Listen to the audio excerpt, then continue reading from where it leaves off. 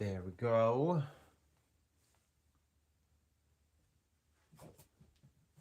Hello, you beautiful people.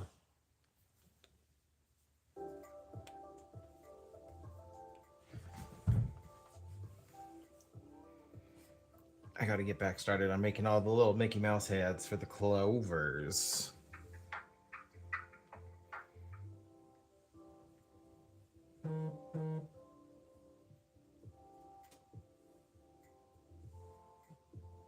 Goodness, I gotta make sure the sound's off of my other devices, though.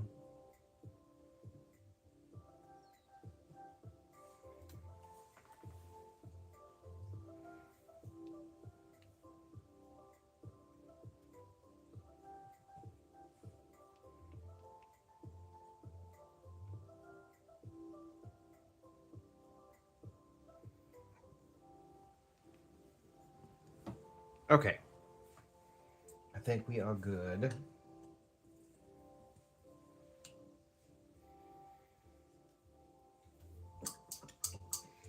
I'm gonna have to do some deep cleaning on my brushes soon.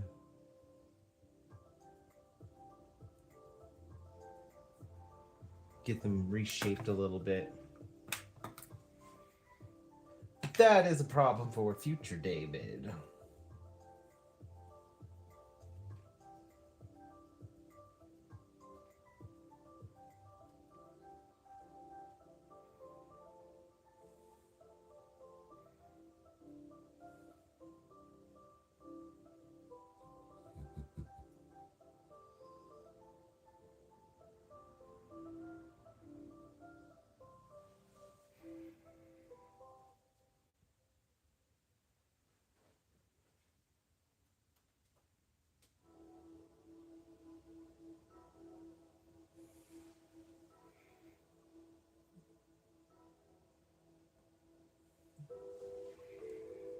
Welcome everybody.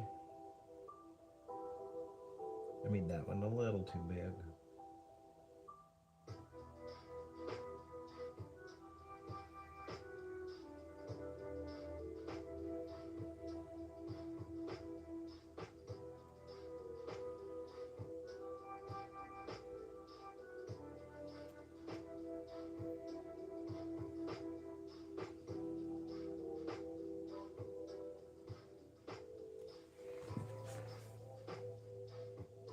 How's it going, Gray Cloud?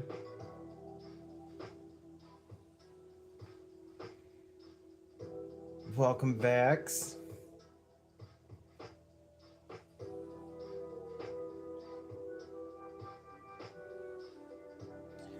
I was gonna keep working on my video, but I'm just under halfway done with it. There's no way I'm gonna be able to get it finished today, so figured it'd be best to go live. Work on this painting a little bit, interact with some of you today while I can, and then get back to editing the video.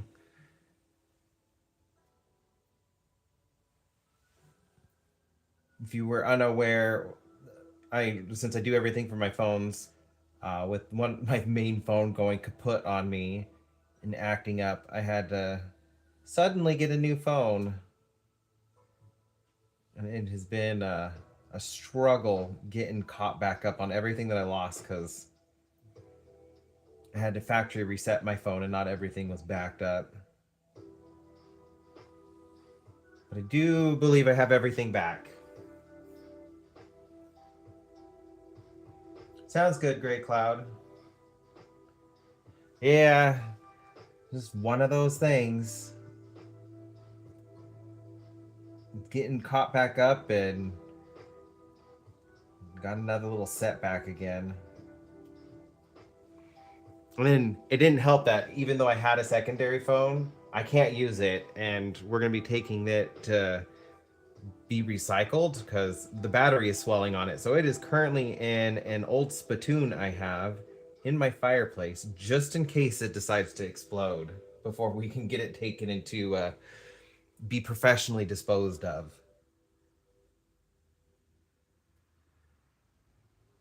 So yeah, both of my phones decided they were done with life.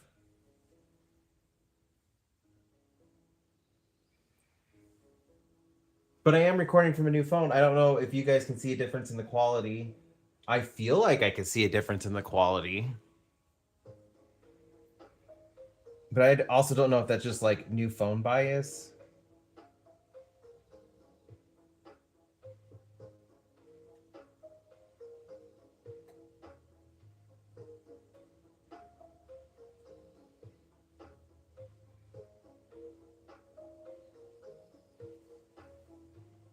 Yay! I guess if something good can come from it, at least my picture quality is improved for my videos.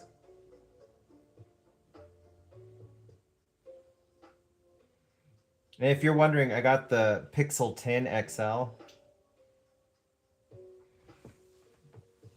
I've been using Pixel for so long now that I've, for the most part, have really enjoyed their phones. Like my secondary phone that died where the battery swelled up was a Pixel 4. So I've had that one for a really long time. And then the last one was a Pixel 8. And I don't know if it was the actual phone that was the issue or if files in the phone had gotten corrupted. I'm going to try to get it looked at and fixed so I can use it as a secondary phone if need be.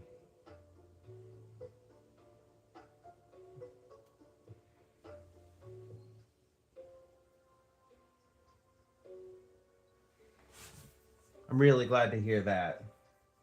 Yeah, it definitely on the other screen that I have, it's definitely looking a lot clearer.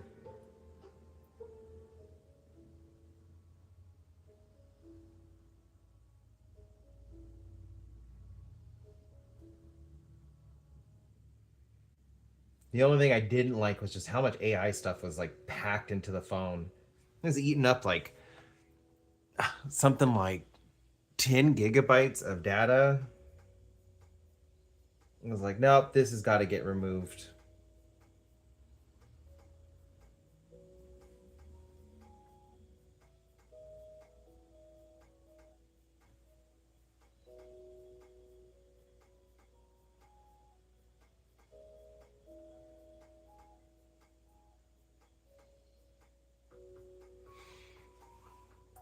I'm trying to figure out where I want to put Pikachu. I want Pikachu on this side, right here.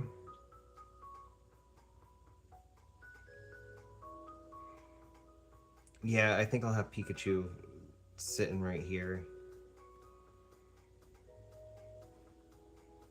Not in the spotlight, just kind of when you're looking around, you'll notice.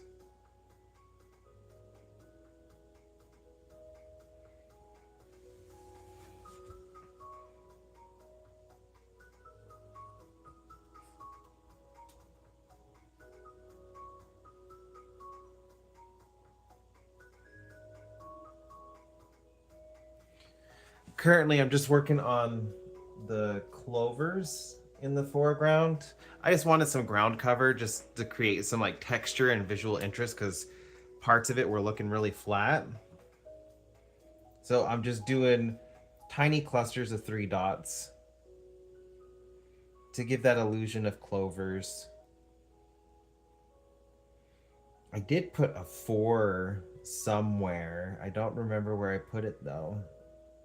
So it's really going to be like finding a 4-leaf clover when you find it. I don't even remember where I put it, but I do know I made one. Maybe I'll make another.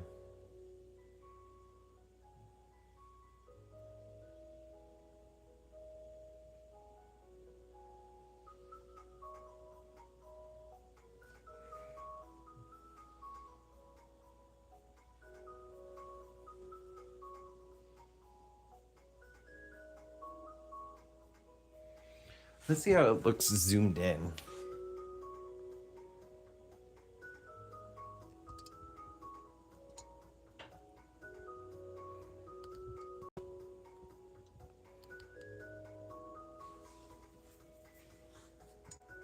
Straighten you back out.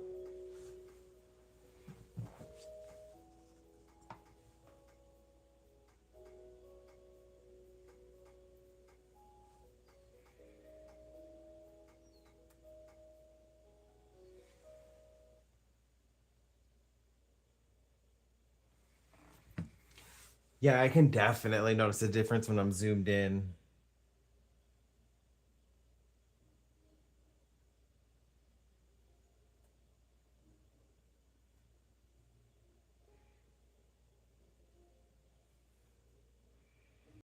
So I guess there is a silver lining. I got a sudden upgrade in my picture quality.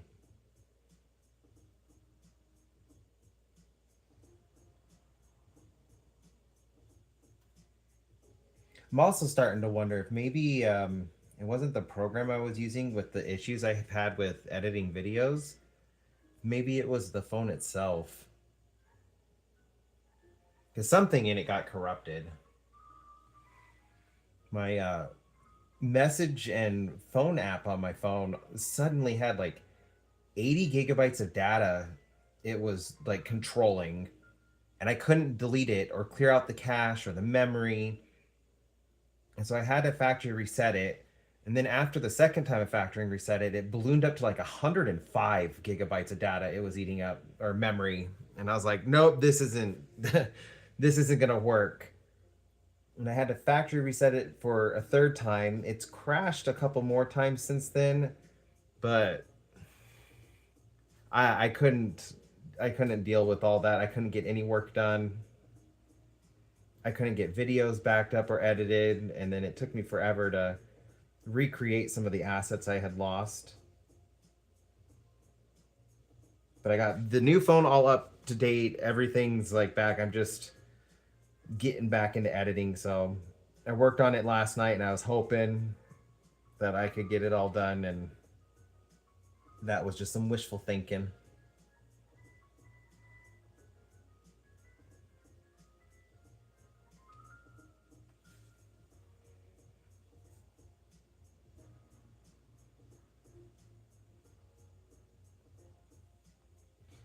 Since I started doing YouTube, I hadn't downloaded anything new on my phone. It was basically strictly for recording art, phone calls, text messages, and postings of social media. I completely stopped using it for games. So I'm not exactly sure what happened. It could have been an old game that just had been sitting in the shadows that corrupted some of the software. Maybe a website I accidentally clicked, but I'm pretty good about like checking that stuff and just not clicking random links.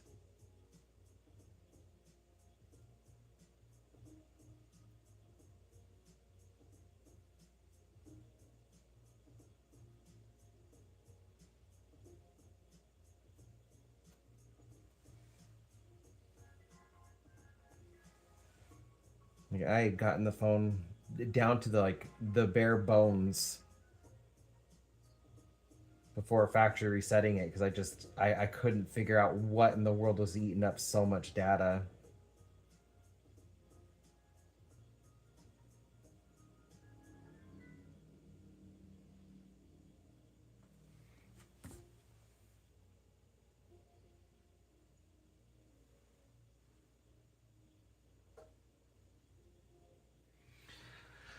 Yeah, I'm not even sure there because on my new phone, my backed up messages and contacts is only taking up like 2 gigabytes.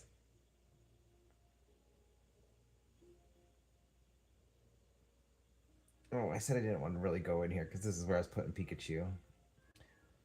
Oh well, I guess I'll add in a couple just in case if any are peeking through.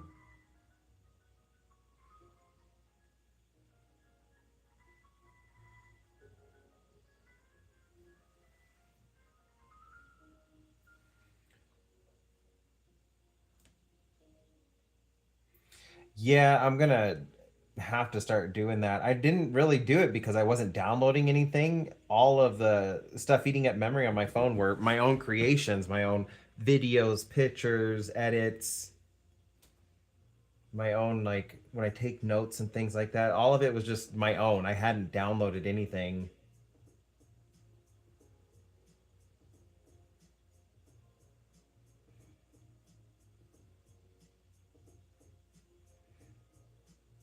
No, well, I take that back. You know what? Now I need to like. Now I'm kind of paranoid. I use site Get Yarn for some of the clips and memes and stuff in my videos,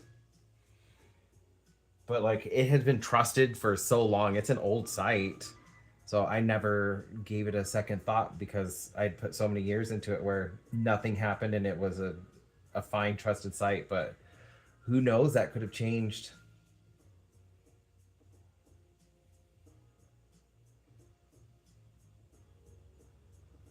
That is a big blob I didn't mean to make.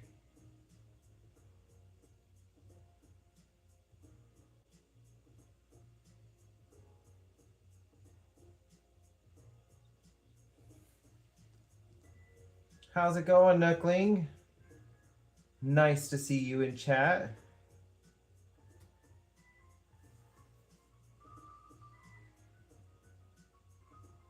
We were just talking about like my tech issues. My main phone that I was using for recording video edits and all that stuff got corrupted somehow, and files were just really messed up, and it was eating too much memory, and I couldn't get anything done on it, so I had to factory reset it, lost everything.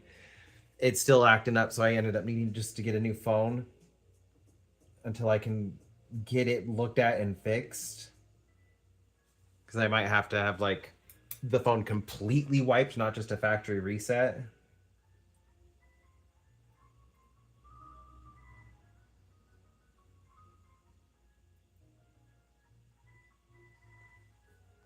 But I do like what I'm seeing with the new phone. I feel like it is a lot clearer. I'm being told others are seeing that it's a lot clearer, capturing more details. So I'm happy with that. Yeah, sudden expenses. I wasn't planning on getting a new phone, but gotta do what we gotta do.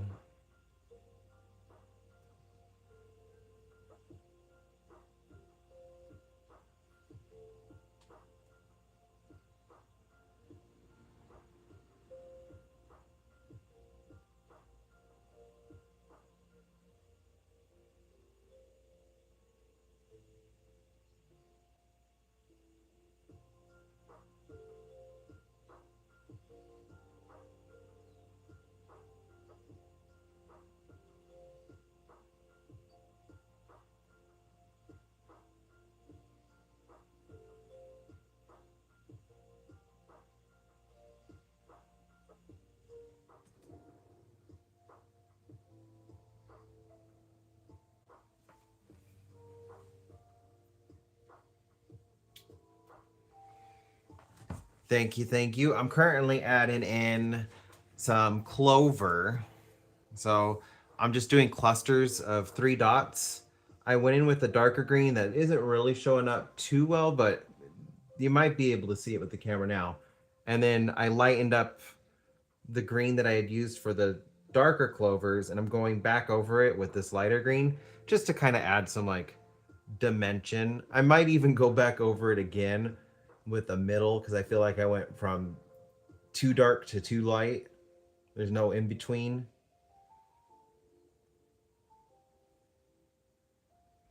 But I'm also planning on adding in some clover flowers.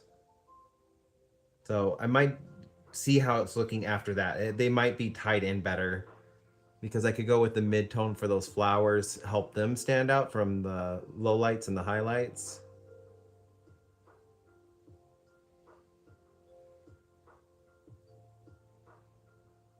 I'm planning on doing the pink ones because I already got whites and I already got purples, so I don't want to do either of those colors. So I'm probably going with pink.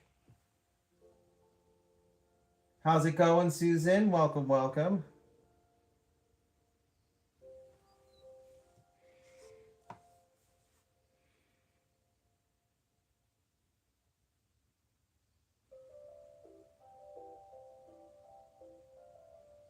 Just trying to get this done. I'm almost done with this foreground. At least for what I'm envisioning. I could always decide, oh, I need to add something else to it, but right now with what I'm still seeing, I feel like I am really close to the foreground and this entire landscape being done. And then I can add in my friend's nephew, Kenny. He's going to go right here. He passed away last year, so this is a memorial painting to him. So he's going to go right here catching a football that's being kicked by his favorite Pokemon over here. And then Pikachu, who is another one of his favorite Pokemons, going right there. And then up in the sky, I'm going to be putting another one of his favorites, Jirachi. And then I got to get it sent off to her so her family can enjoy it and have a fun memorial piece for their nephew.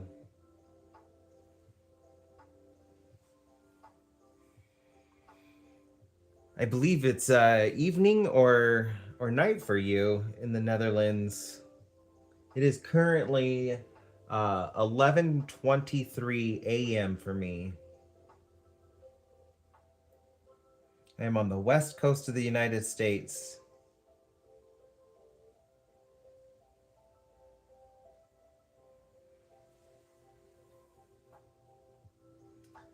How's it going, Rory? Welcome, welcome.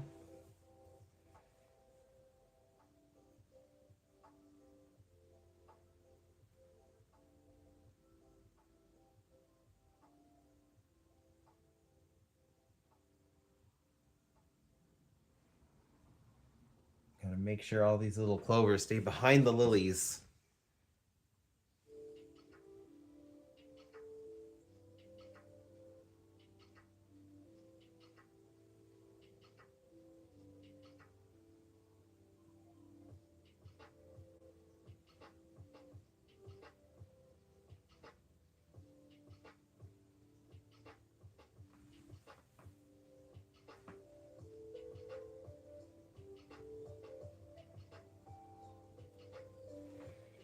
It's not too late. That's why I wanted to go early.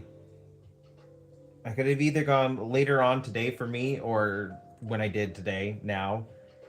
And I figured it'd be better to go earlier and get everybody who's off in Europe and give them a chance to join, because I know normally when I go live it's like later at night. A lot of people are going to bed.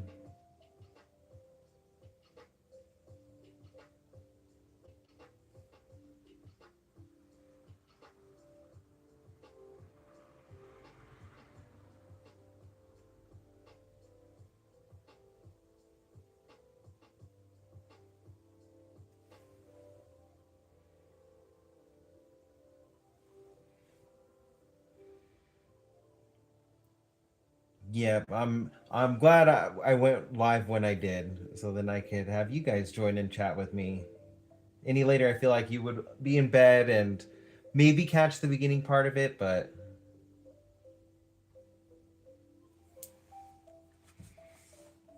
I want to give it opportunity for lots of people to join in if they want to.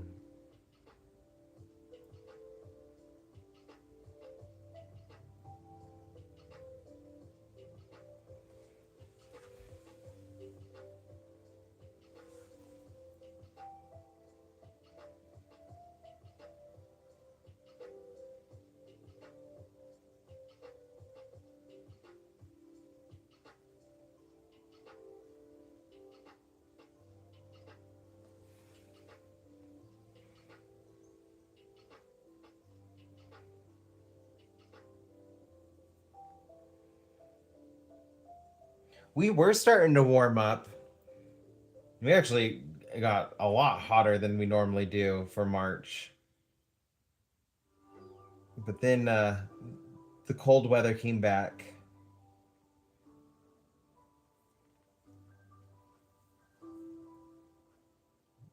It's been a chill in the air.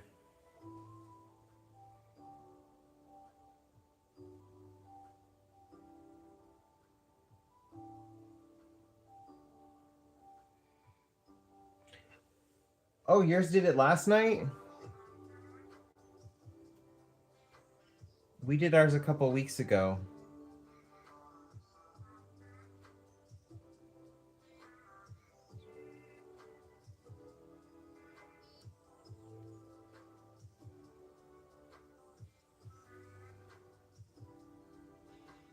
The dogs still haven't completely adjusted to the time change.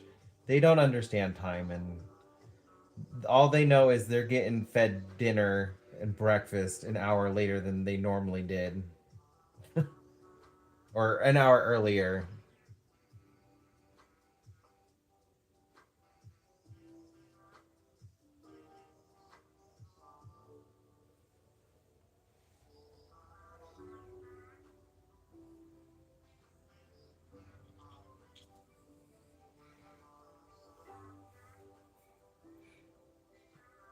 Yeah, everybody here we were all in shorts and t-shirts for about a week, and then everybody brought their winter jackets back out. I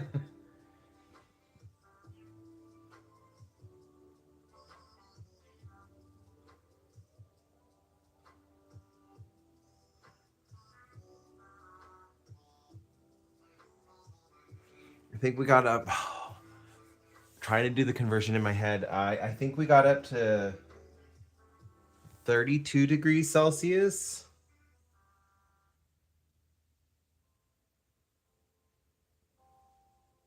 which is like I want the high 80s, low 90s Fahrenheit.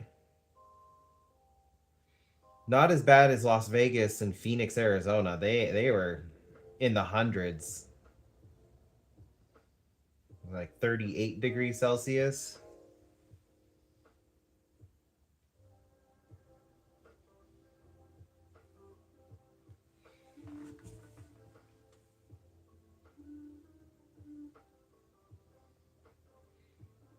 And now we're back down to our winter temperatures.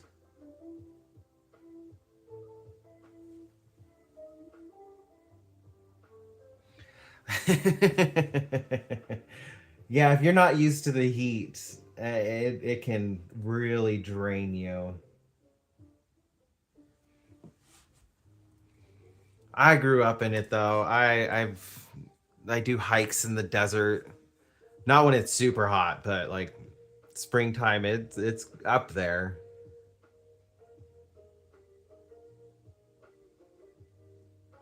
As long as I got enough water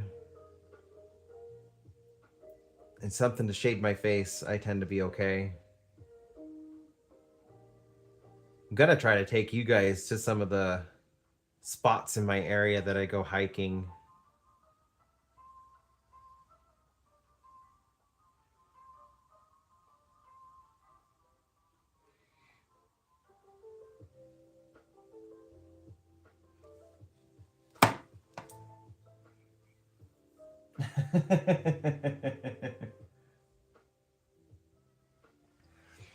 Once it gets into like, what is it Celsius? I think, is it 41 degrees Celsius, like 120?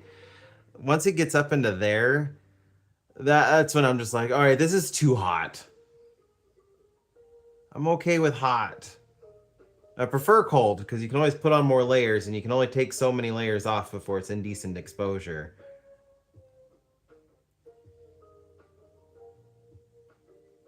But like, I don't mind the heat. But once it gets up there, I'm just like, bleh, that's too hot.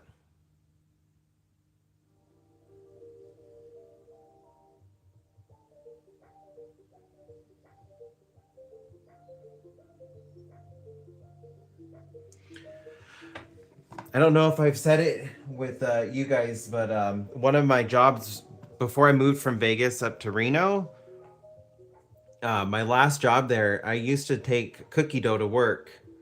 I would put it on cookie sheets, leave it in my car, and then I'd come back down on my first break, and the cookies would be all baked.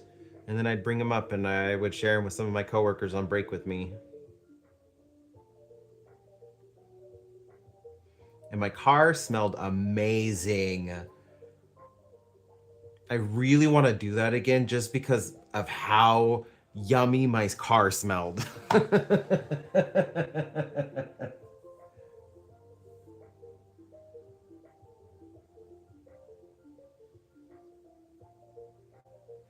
It was the best thing about the heat because like you can take advantage with it of it and you can just bake stuff in your car.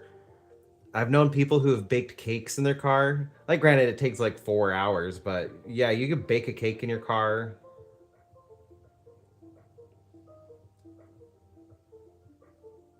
Sizzle eggs on your the hood of your car. You got to be careful getting into your car because your seatbelt will burn you. I have had friends get scarred from how hot their seatbelts are.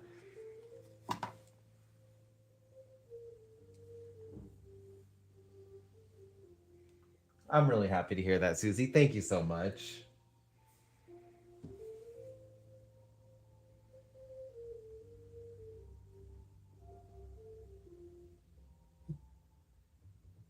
It's my goal with it. I want to share inspiration.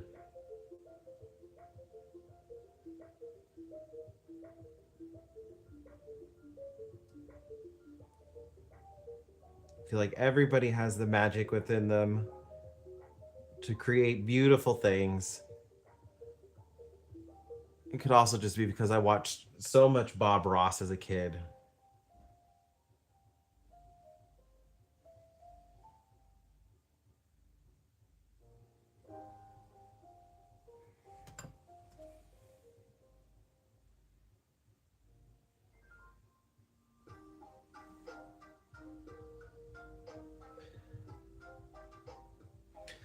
Oh no, art blocks are not fun at all.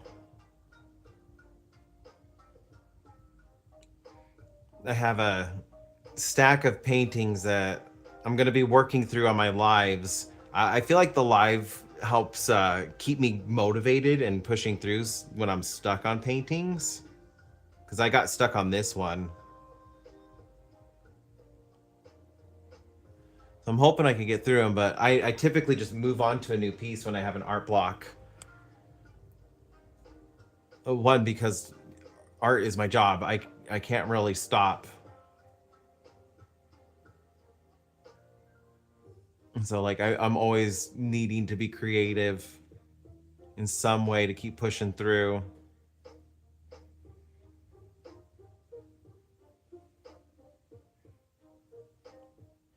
But it leaves a lot of whips because works in progress.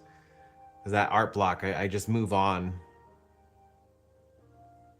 Try my best to work through it.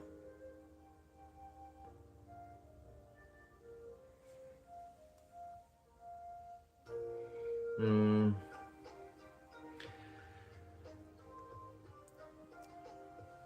When we had to say goodbye to Dexter, my dog, that created an art block that lasted for a few months.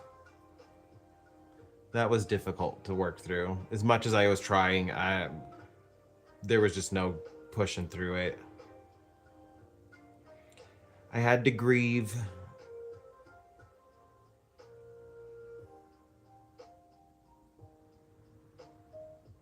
And I had to let time take its course. So it's an unfortunate part of life. I understand. But I know you'll get through your art block. It won't last forever.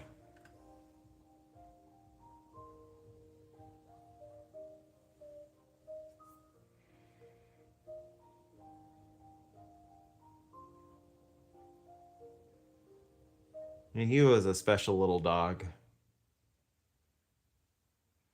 I will always remember him, and he'll always be close to my heart. I did end up making a painting with him in it. I'm gonna get started on another pet portrait for Rascal because I've neglected Rascal's painting because I've been finding it really hard to work on his. But I took their ashes, mixed it into the paint, and then I used the paint to paint Dexter himself. So now he lives in one of my paintings, and I get to see him every day. Not the same, but it helps me feel like he's close. I'm going to be doing the same thing for Rascal. Mix his ashes into the paint, and my plan for his is to paint him surrounded by all of his favorite toys. Dexter wasn't really into toys. He was a contemplative dog. He loved just sitting there. I always felt like he was admiring stuff. And then Rascal was a very stereotypical dog. He loved playing with toys. Very active, very energetic, full of life. So I want to capture his personality and have him surrounded by his favorite toys. We still have a whole bunch of them because we couldn't bring ourselves to get rid of them. His toys are sitting on his shelf.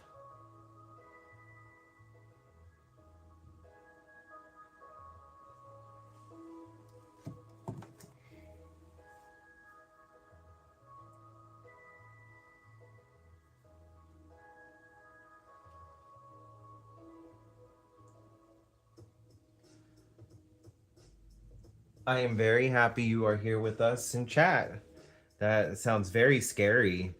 I'm glad you were able to get the medical care you needed, and I hope you I hope you continue to heal and get better every day. I can only imagine how scary and stressful that must have been for you, but I am glad you're here, and you'll get through it. Your creativity will come back, and it might be something new.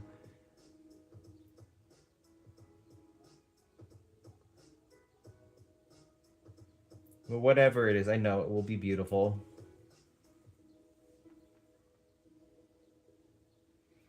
What about copying patterns?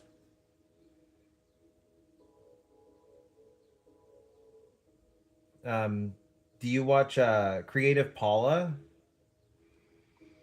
The only reason I'm suggesting this is I had a client. I used to help individuals with cognitive disabilities and learning disabilities. And one of them, he really wanted to be creative. He knew I could draw and paint it and stuff. So he was always wanting to try to do stuff, but he always felt like he wasn't creative at all. But then I got him into Zentangles, and he took off with those. He really loved doing Zentangles. And Creative Paula does a lot of them too. And it might be a way to still be creative without needing to put too much pressure on yourself to make something that you may not be in the mood to create.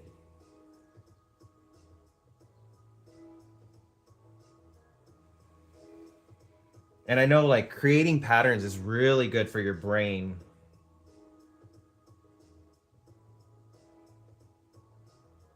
It's a good exercise for it.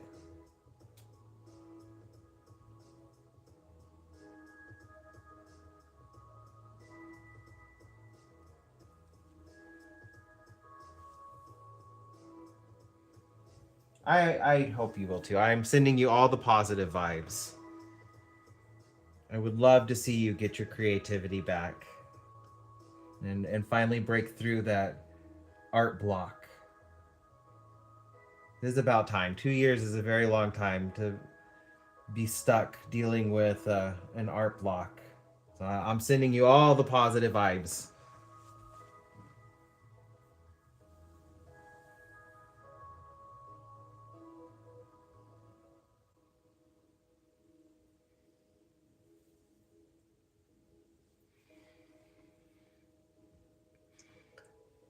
I want to do some more Zentangles myself. I found some of my old childhood artwork where like I didn't know what I was doing, but they were totally like making patterns. I had to have been like 3 or 4 when I was making those. Not exactly sure what was going on in my head for most of them, but like I could see like I was recognizing patterns and I was recreating patterns, and I kind of inspired myself seeing those. I haven't done Zentangles in so long. That I love watching other artists do them. That's why I love watching Creative Paula.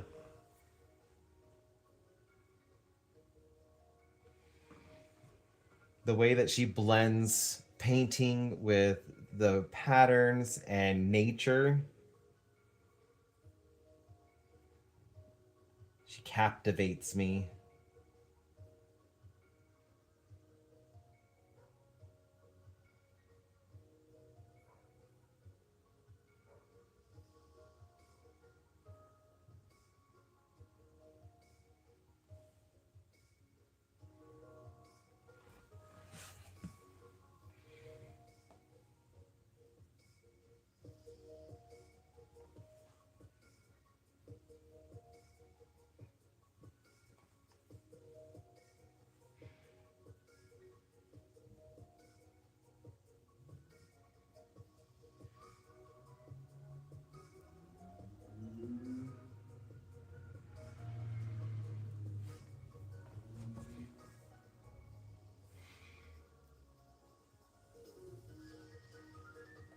It's not really showing up on camera, but there's a cluster right here that my eye just keeps going to. I can't unsee this cluster. I feel like I made them way too close to each other right there.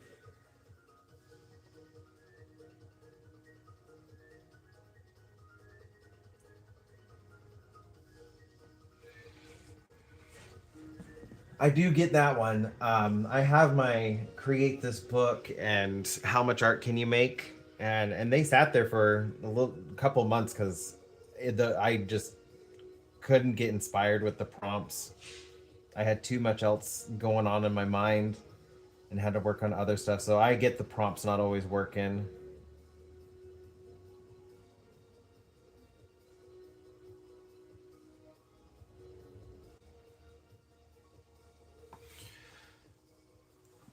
What about just like something easy? I shouldn't say easy, but like something a little less stressful. Like I think you can use like a random animal generator, and I think there's one on Google. You can just generate a random animal, and every day your goal is just to draw that one animal as much as detailed as you want or as little detail as you want, but just like even if it's just an outline, not even colored in or shadowed, to try to kind of help get you back into a rhythm of creating.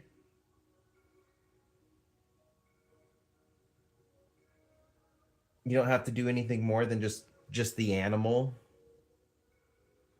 Like one day you do a rhinoceros, the next day you do a parrot, then a dolphin, then a lizard.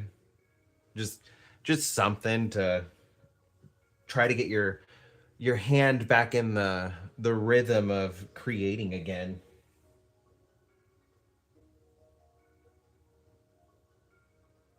Well, we are really close in age. I just turned 40 in February.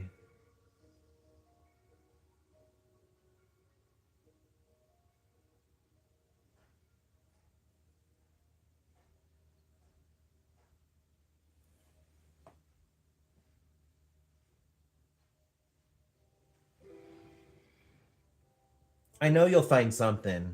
Don't give up. Don't lose hope. Something will speak to you and reignite your creativity. It's there just waiting to burst out.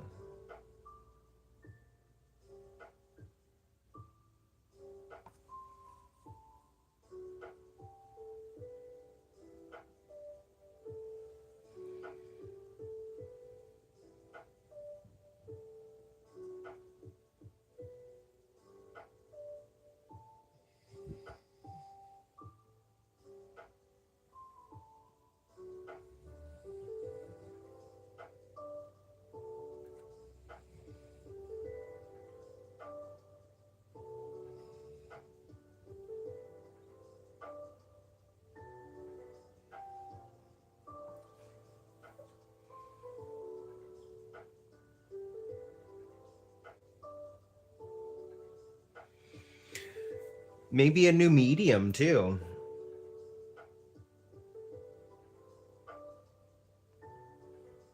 Like maybe knitting or crochet. Rosewood Crafts just did that needle felting video. That's something I want to try. Sculpting. If you're feeling really adventurous and you have the money, maybe like glass blowing.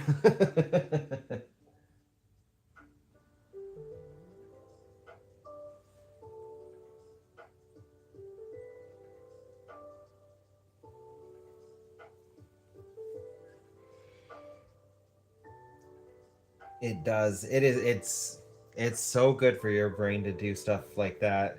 Reading, creating, pattern recognition. When I was when I was the caregiver, I was continually looking up different studies that had been done, and I was just amazed at like how well art helps the brain and other kinds of creative endeavors. It's just so healthy for your brain.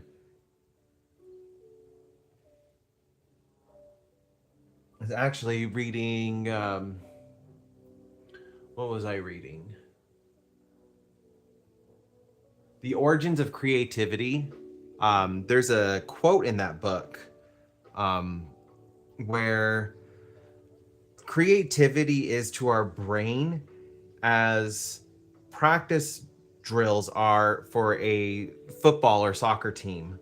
So, like when you're creating, you're working your brain in loads of different ways that your brain will use in other moments of your life without you even realizing it.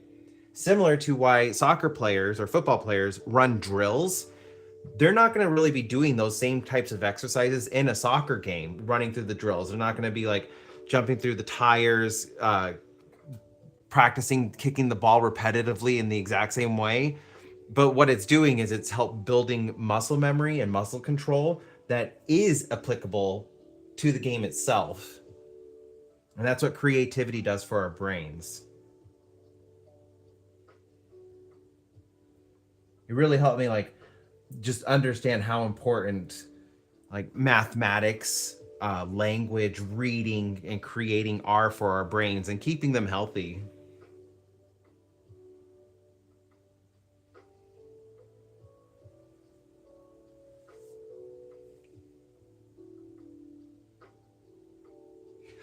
Diamond painting is another one I want to do. I don't know if you're in here, Willow, but if you are in here, like, yeah, Willow kind of, she's been off and on in my chats. She kind of inspired me to really want to get back into diamond paintings. She does huge paintings that are like 6 feet. I think she was working on one that's like 6 feet long.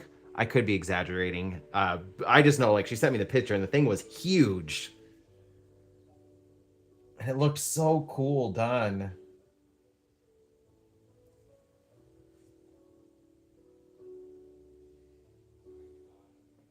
Book folding. Now that is cool. I have seen some amazing sculptures with book folding. That's where you fold the pages in a certain way that when you close the book, it looks like it says a word or it has an image, right?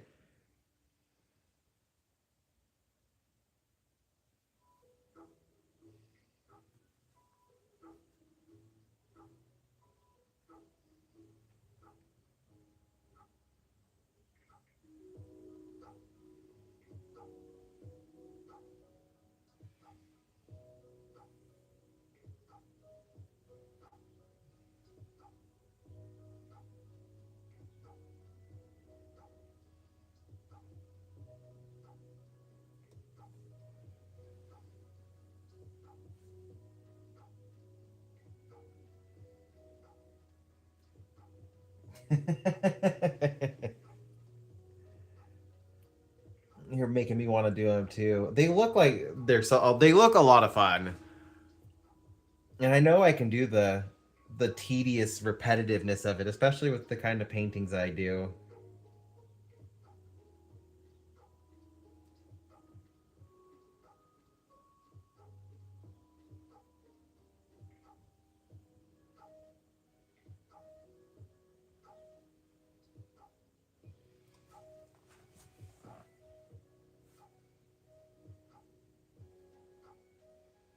I'm cheering for you, Susan.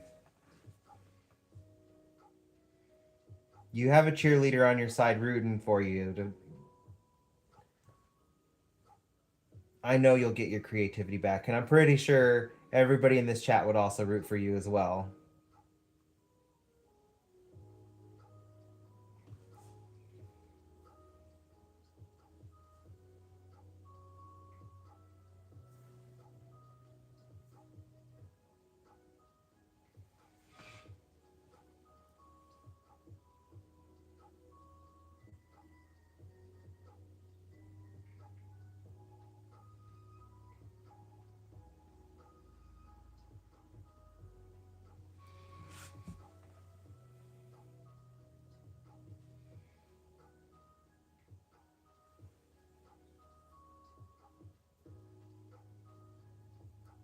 Everybody has creative potential.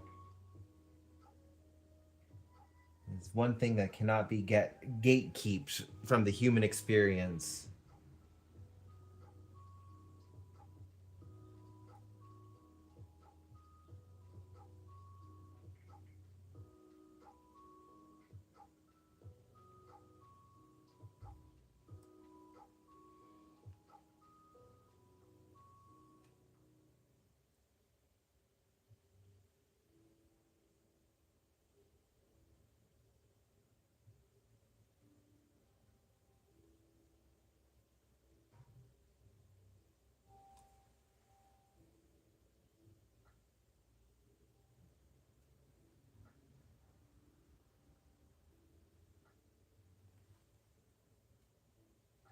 All right, Nookling, I hope you have a wonderful night.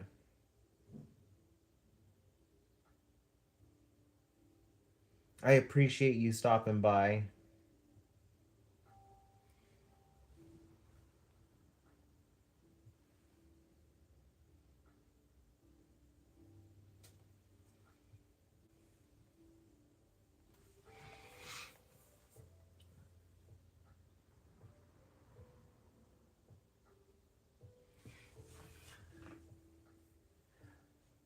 Yep, I'll be going live again. And no worries, Susan. Oh, wait. Sorry. Totally was looking at the wrong thing.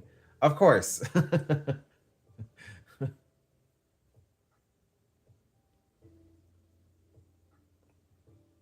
It's the least that we can do. We can be supportive of each other. I'm kind of over how individualistic the world is becoming. Like, I get there's things that you want to do for yourself, but we need to look out for each other more. And it doesn't matter where we are in the world, we can all be supportive. We can all boost each other up. I feel like that's what's going to make the world a better place.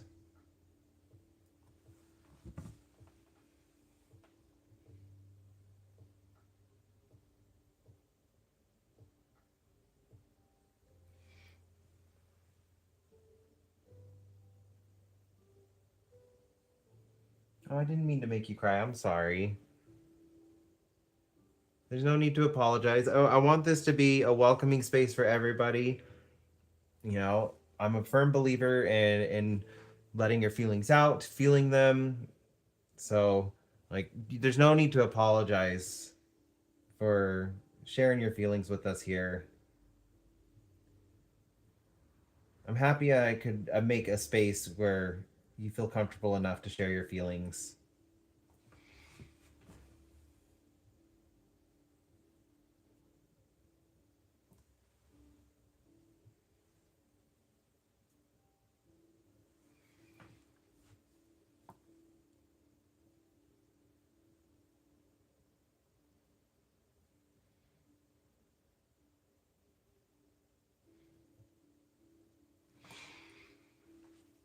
Keep up the hope.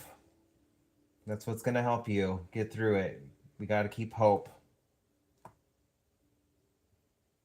And if you ever need some inspiration, I'm here. You're more than welcome to leave a comment on my community tab. I do my best to check them. I need to check them again now that I'm thinking about it, but I do my best to check them and keep up with them. You can comment on any of my videos, and I'll give you all of the encouragement and inspiration that you need.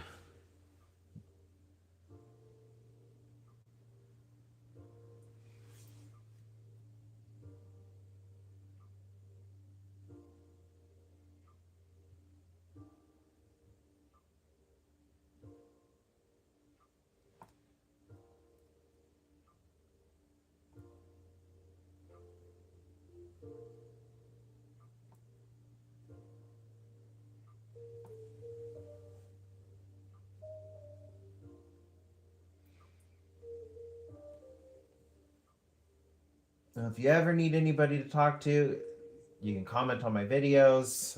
If you have an Instagram, Sin City Yeti on Instagram, you can shoot me a message there.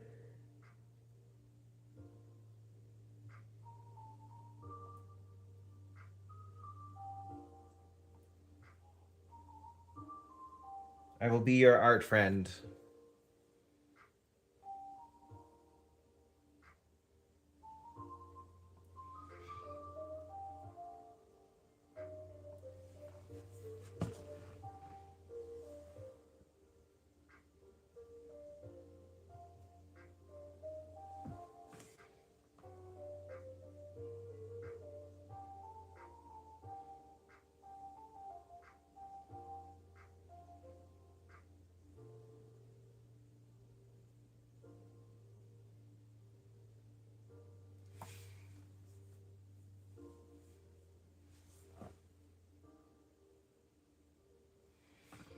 I need to try to get more active on Discord as well.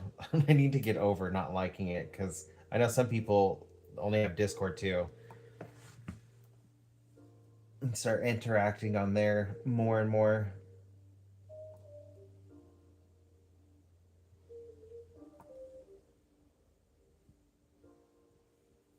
How's it going, Jules? Welcome, welcome.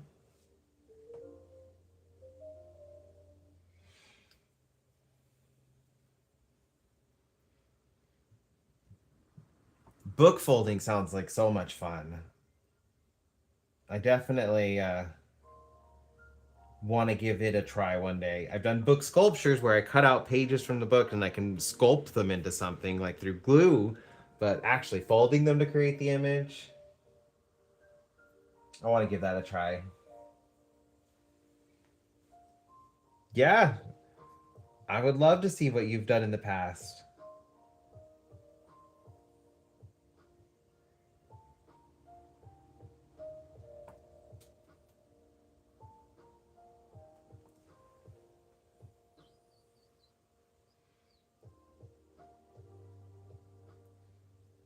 So Jules, you just coming in. What I'm doing is working on adding clovers to this field or the illusion of clovers. So I went in with a darker green and I did clusters of 3 dots throughout the whole area. Now I lightened it up and I'm going through and adding more clusters of 3 dots with 1 4 somewhere. I'm probably going to do another just to kind of give that illusion of clovers. And then I'm going to add in some of the pink clover flowers and dandelions. I don't know if I'm going to get to the dandelions today. I'm going to try though.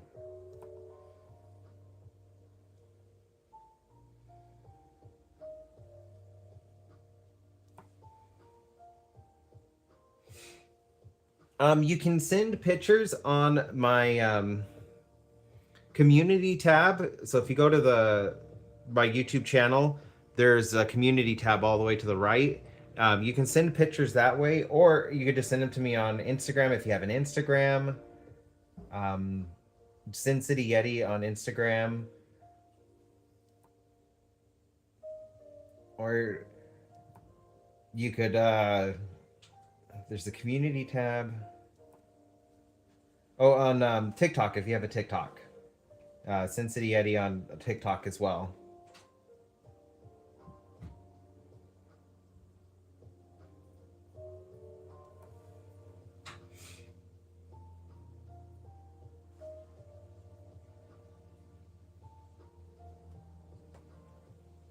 I'm making it a great day. I'm getting this painting done.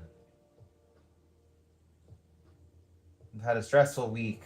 My electronics died on me and I had to get a new phone. Which is how I record everything is I use my phone. But you might be able to notice that there's a better image quality now. That's because of the new phone. So I guess one silver lining to needing to get a new phone is I get better videos now. I wish I didn't have to get a new phone, but I'll take better image quality.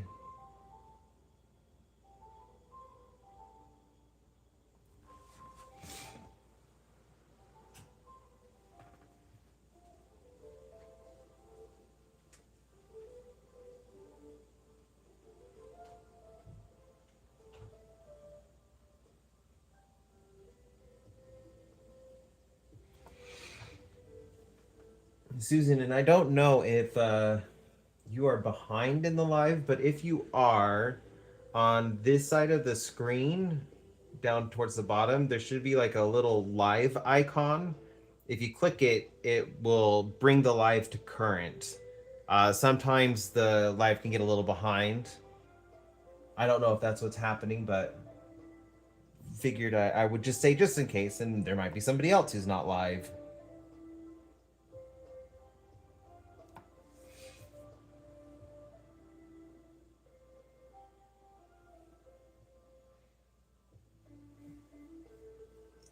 Tedious, yes, I'm not gonna lie, it is tedious, but uh, you can get into a rhythm pretty easily,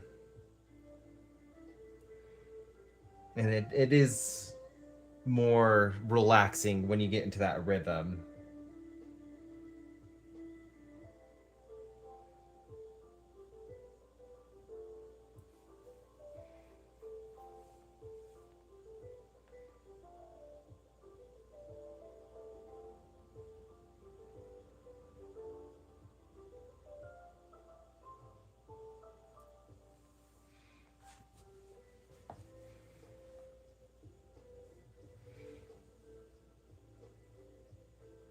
How's it going, TJ? Welcome, welcome.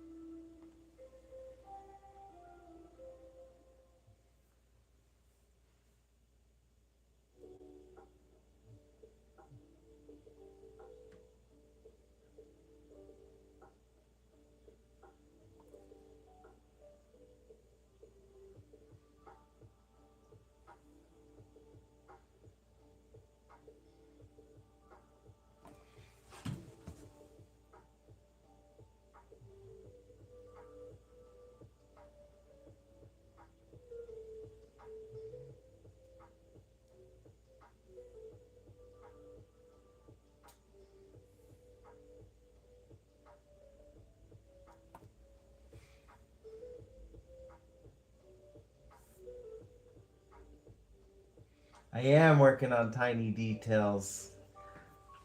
I am given the illusion of clover.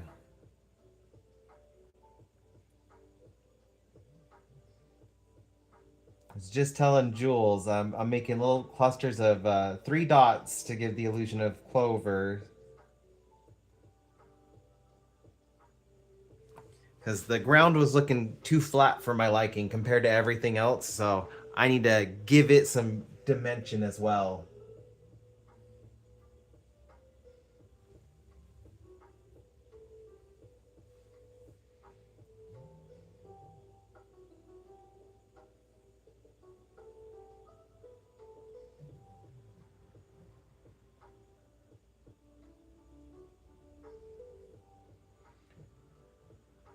But this area is the final area to do that I need to put any work into. I will be adding some like clover flowers and dandelions for now. I could decide to change and add some more, like maybe work a little bit on the pathway, but for now, this is where my vision is taking me.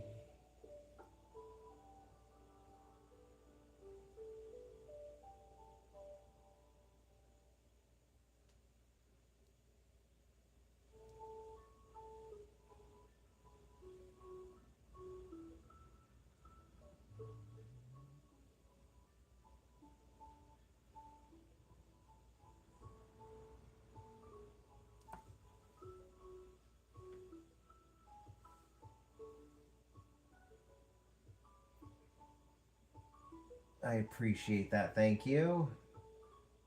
Gotta put as much love and work into this as I can.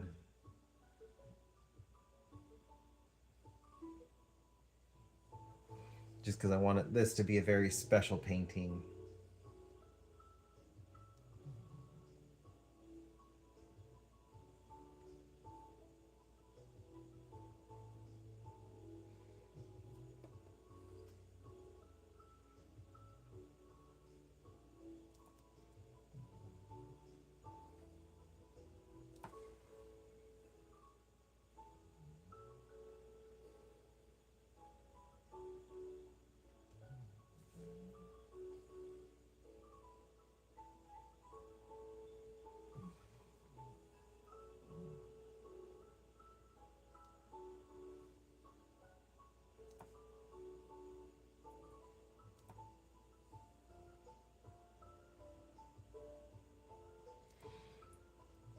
Maybe one day I could do book folding on my channel. That would be fun. I have a lot of books I've read too that I could take inspiration from.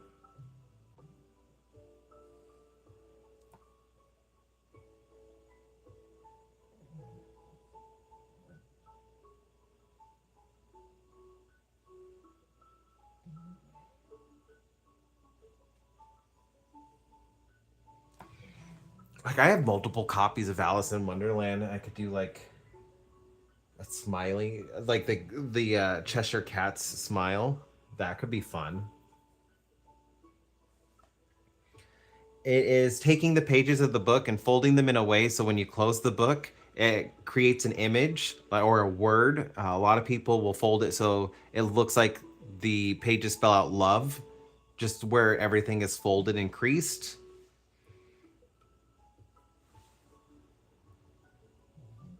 Some can get very, very intricate. It isn't anything I've tried yet, but I have thought about in the past. Susan does it, and it's kind of getting me thinking about it again.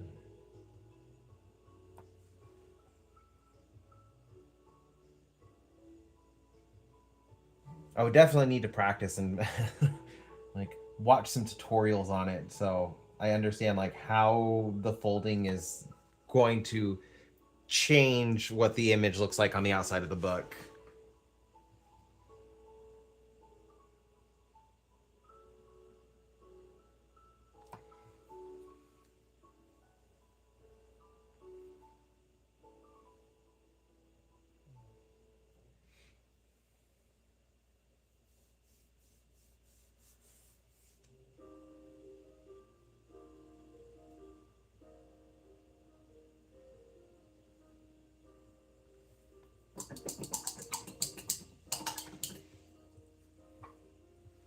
It's definitely an interesting art medium. I might just have to. I think I'm gonna have to write that down so I don't forget.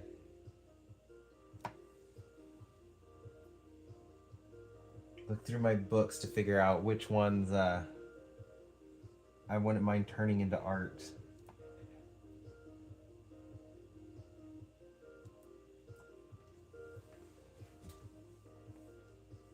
It would most definitely have to be one I read. So I can let the story inspire me too.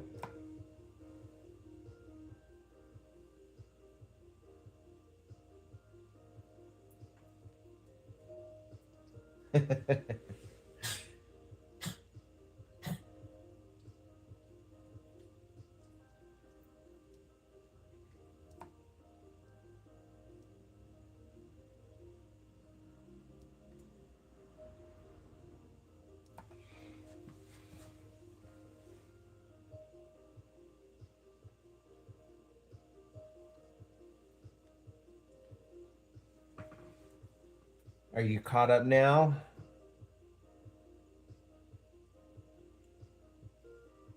Sometimes YouTube will lag and then the lives can get out of sync.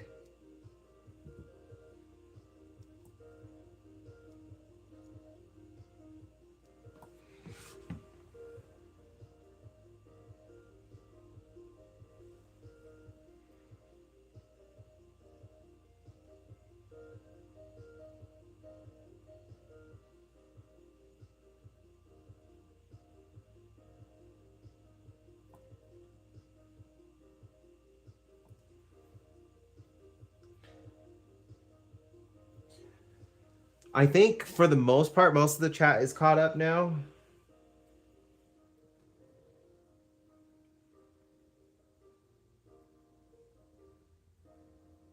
But we were seeing your messages and responding, and then with you being a little bit behind, then it was coming to you a little bit later.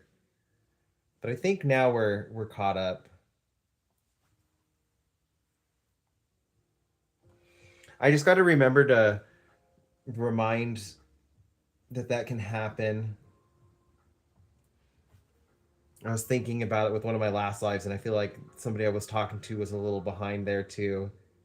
And I felt bad. I was like, I felt bad for not pointing out, like, oh, you if you hit the live, you can bring it back. But it didn't dawn on me that was what was going on.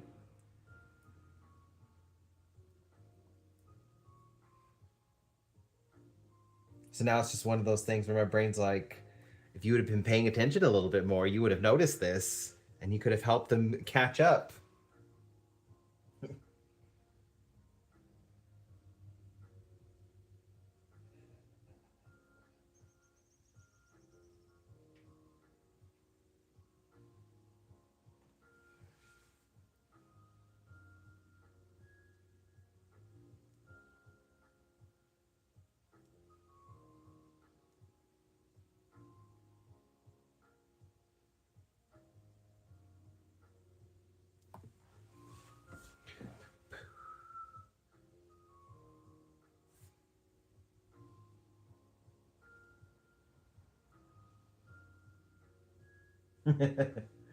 Yeah.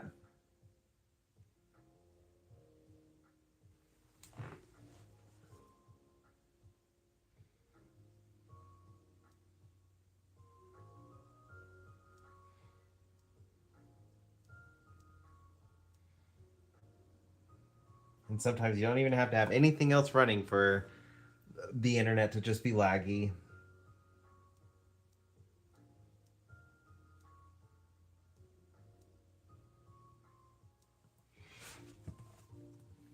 I might have to angle you down a little bit more now.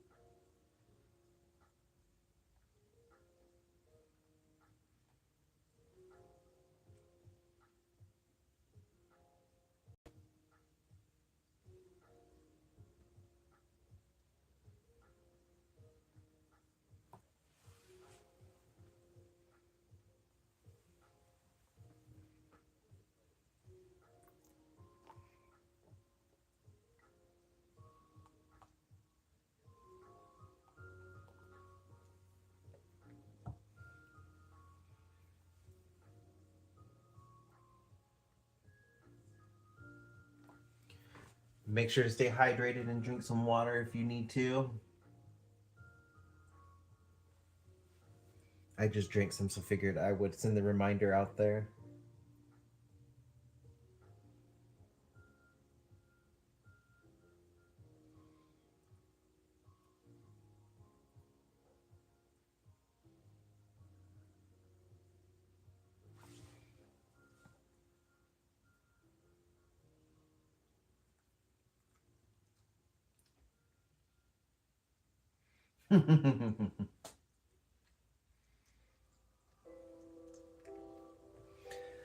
Yes. If that means what I think it means, Susan, yes, I agree.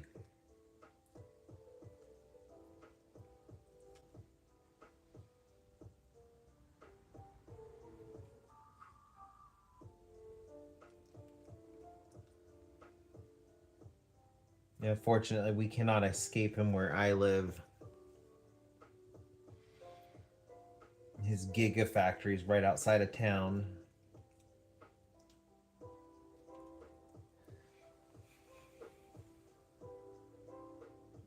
It's like a 45-minute drive outside of town. It just created a whole bunch of extra traffic. Promised to upgrade our infrastructure to compensate for the influx of traffic, and that never happened.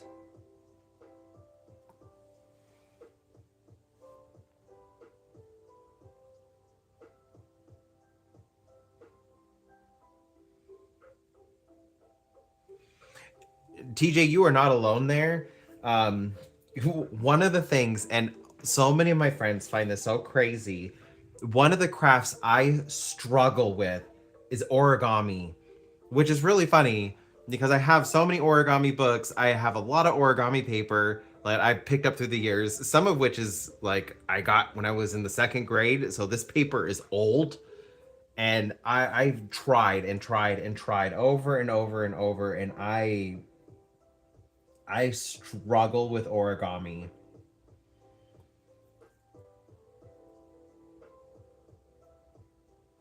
I've been able to sculpt and I've done ceramics, but when it comes to like outside of the paper craft I do where I cut and glue it and make it stand up through glue, origami is one I struggle with.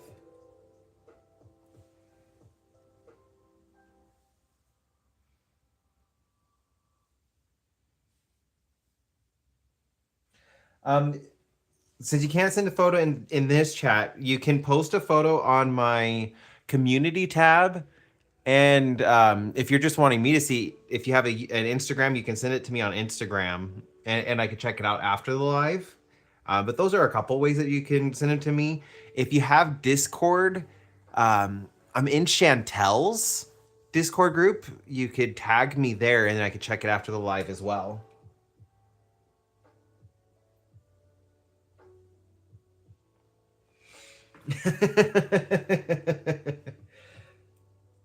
I've given origami a valiant effort. I'm gonna have to try it again. Like I need to keep going at it until I can finally get it. There are a couple things I can make. Like I know how to make a box that you like blow up and it's like a little origami box. I haven't made one of those in years though, so I don't know if I can still make it. And then I think it took me like a week and a half. I was able to make a origami T-Rex. I did have to use paper clips on it just to hold it together because I was struggling with that. But outside of the paper clips, it looks really good.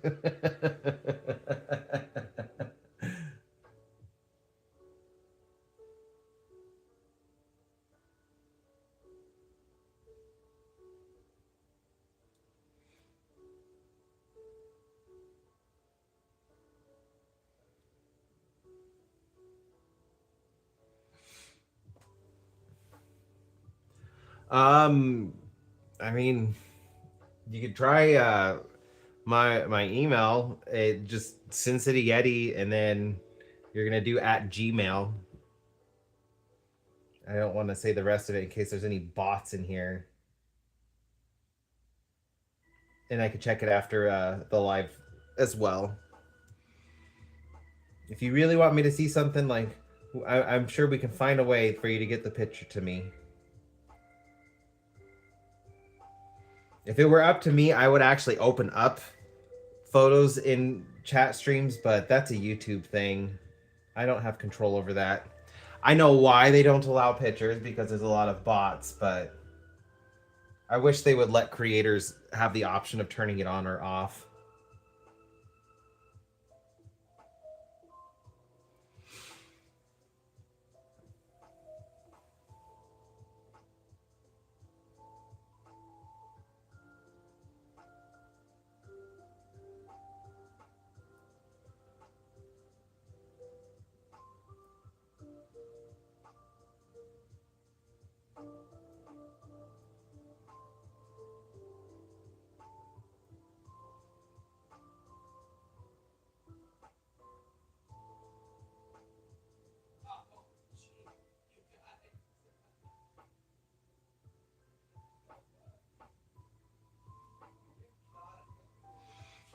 I don't know if you can hear Eric in the background. He's playing WoW.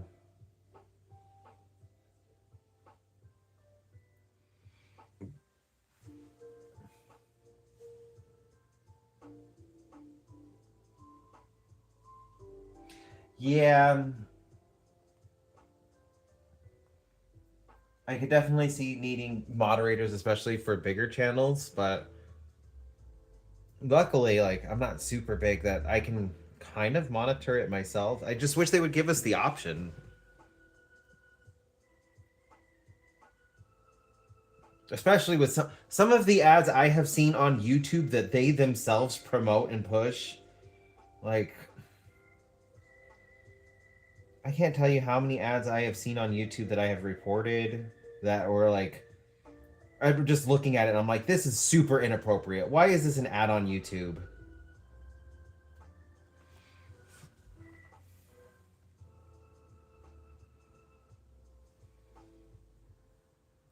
Like, if YouTube's gonna push out ads like that, I feel like they could let the creators communities post pictures and stuff in chat and let them moderate what comes through and issue blocks when needed.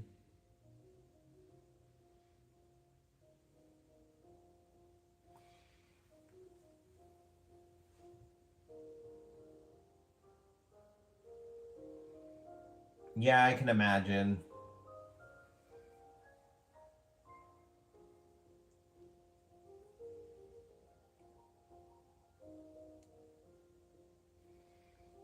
Ugh, more Discord talk. I don't like Discord. I love Discord. I don't like Discord. I I love the concept of Discord.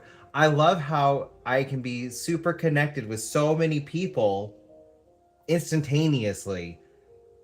I love Discord for that. I hate the layout. I the layout is not good for my brain. I just look at it, I get bored. It doesn't invoke any kind of joy, and then I never check it because like I just don't like the layout. And I'm not even in that many Discord channels either.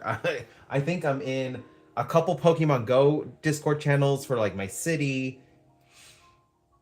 I'm in a couple YouTubers channels, and then I'm in a couple art channels, and that's it.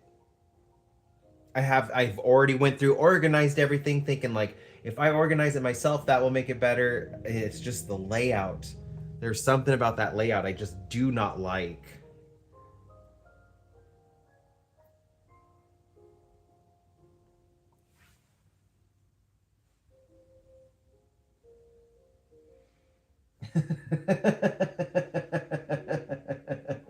we we need an ADHD friendly Discord. I feel I feel like everybody I've talked to who doesn't like it is either neurospicy or doesn't like or has ADHD as well, and it's just like not very conducive to our thought processes and how it works.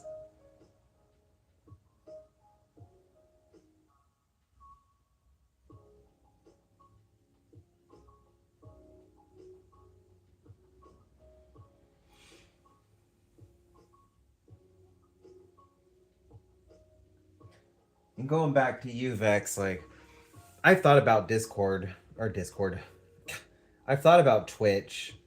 I have a Twitch. Something happened with my handle though, and now Twitch is like it recognizes my email address and says the email address is associated with this handle, but the handle's not mine and I can't use it, even though it says the handle's associated with my email address. I don't understand what is going on with it. So, like, I have just plain Sin City Yeti. That one's locked. And so I have Sin City Yeti art, like on my YouTube. Because that got me super frustrated with not understanding why it wasn't giving me the handle, even though it was saying it was my handle.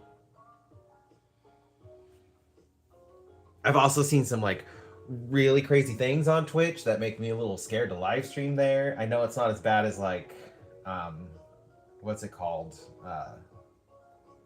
Kick. I know it's not that bad, but I know Twitch can get a little ugly at times.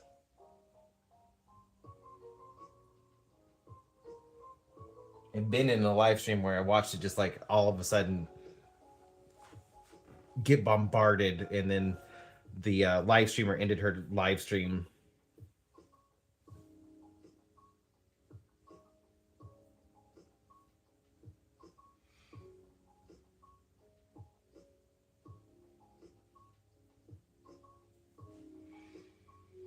I think honestly it's the layout, and it What does it make me think of?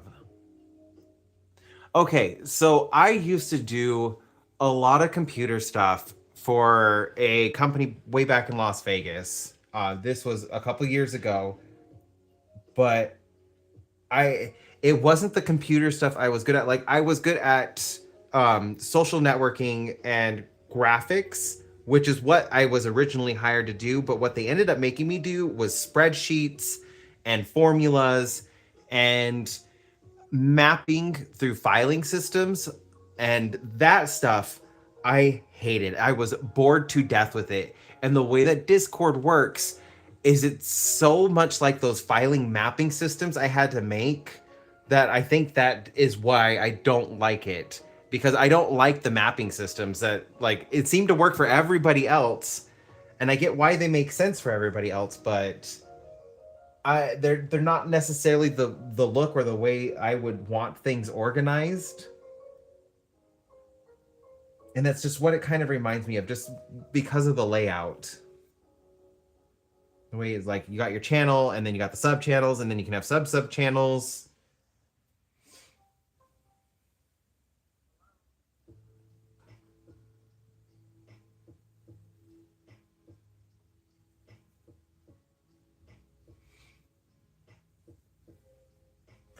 So the person I was watching, she only had like 12 people in her live stream, and when I was watching her, she was playing Cuphead, and I was just kind of enjoying it. I just had stumbled into her channel and I was like, "Oh, I'll watch her play Cuphead." And I was just watching it, and then all of a sudden, like out of nowhere, she just got slammed with like 100 or something other users, and they were just spamming all sorts of like pretty crazy things and insults, and it really overwhelmed her. Definitely not something I'm guessing she's ever dealt with either. And then she's just like, I can't do this right now. I'm just gonna end the live stream. I'm sorry, guys. And then she just cut it short.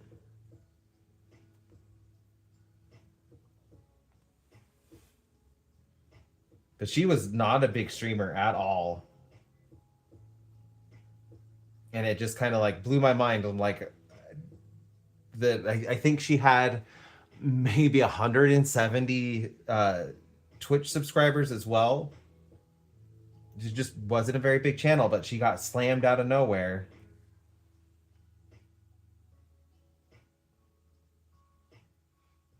Oh, is that what it was? Was it a raid?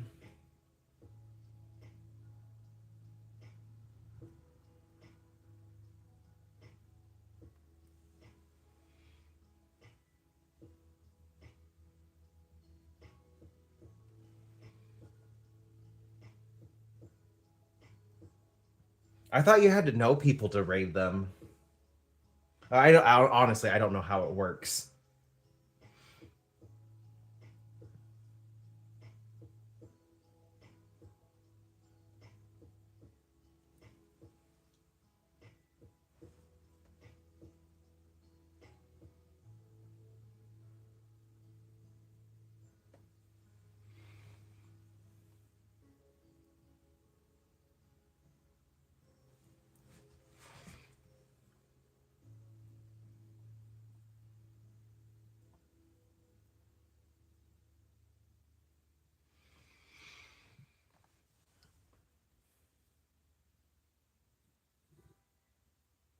I feel like ADHD is how I'm able to like hyper focus on things.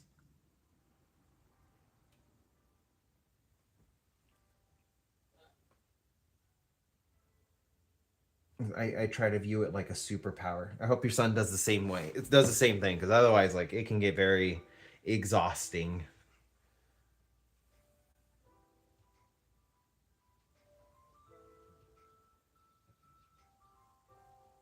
The shield system,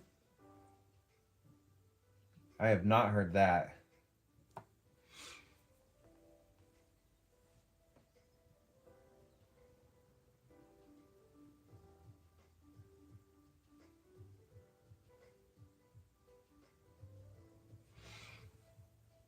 Ah, I gotcha.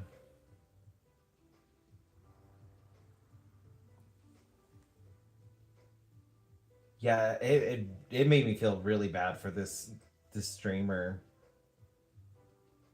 'Cause I was just enjoying watching her. I was working on something. I wasn't really engaging with the chat, and then just out of nowhere, like I could hear her starting to like panic, and then I started like I looked at the chat to see what was happening, and they were just all sorts of slurs and other really bad things, and just trying like some of them were saying they're trying to get her channel banned. Like she's not that big of a person, so it didn't make sense to me. Like, why are they trying to get her channel banned? She didn't know who any of these were. She kept saying, I don't know who these people are, I'm so sorry, I'm so sorry. And then she just said, I have to end my live. I'll be back on later, guys. And then she just closed it out, and I was kind of like, that was really intense. And that's kind of why I never even looked at Twitch. I went live on TikTok a couple of times. I didn't really care for the setup on TikTok. And so I tried YouTube, and I've really enjoyed YouTube's lives so far.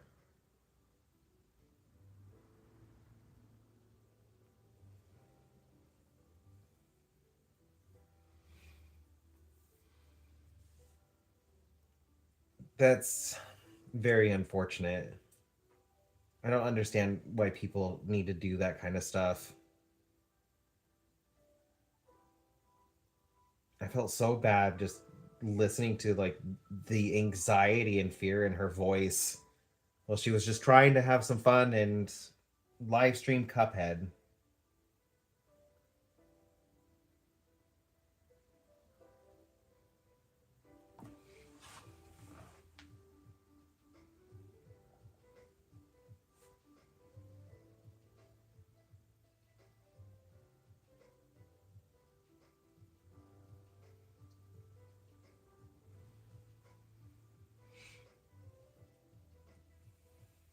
I don't blame you. I do not blame you at all, Jules. I debated that for a while, but I figured like my face was already out there and associated with Sin City Yeti, because this is a handle I've used since I think 2007, 2006. Like my Gmail is an old account. I've had it forever. And my face is already associated with it cuz when I was younger, like Sin City Yeti in my face, I was just putting it everywhere. I didn't even give it a second thought. You will probably find like old pictures of me like when I'm 19, 20, 22 still associated as like the profile picture for some old account I may have out there. And so I just figured like, well, it's already out there.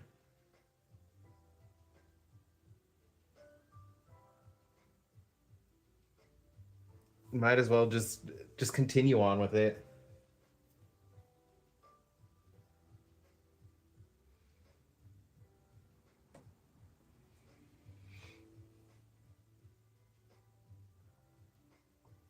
I wonder if I'll get a notification too.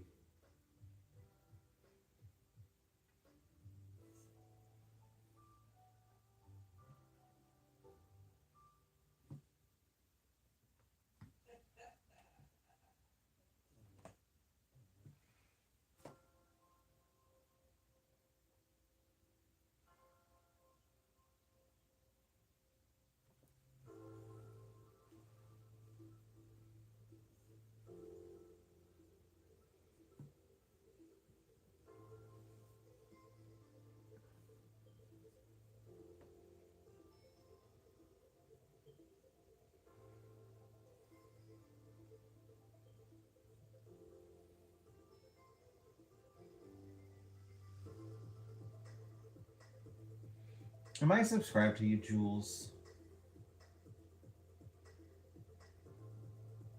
I will have to double check that after the stream.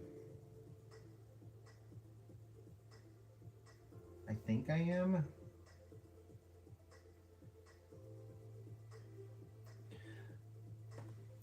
If I am not subscribed, I will make sure to subscribe to you after the live stream.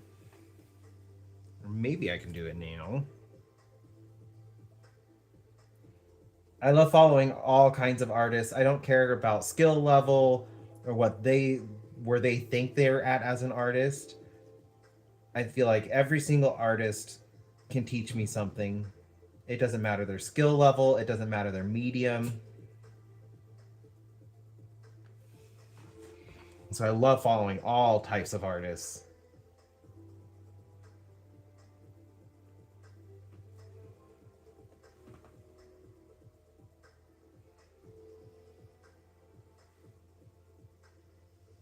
Of course, you support me. I want to support you as well. I definitely feel like this is a community where we can support each other. It's not just about me.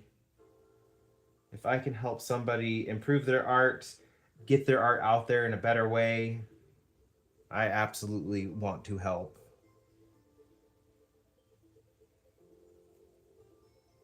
Let's see.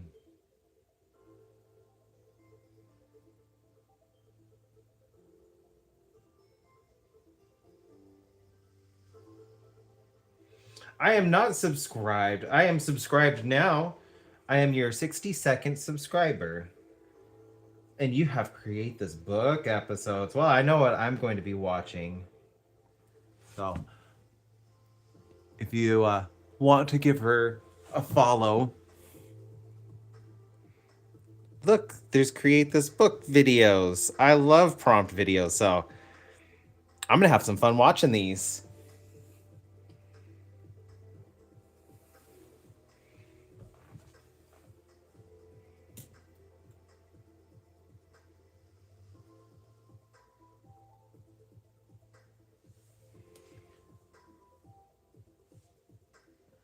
A draw with you. I haven't done a draw with anybody, but let's see.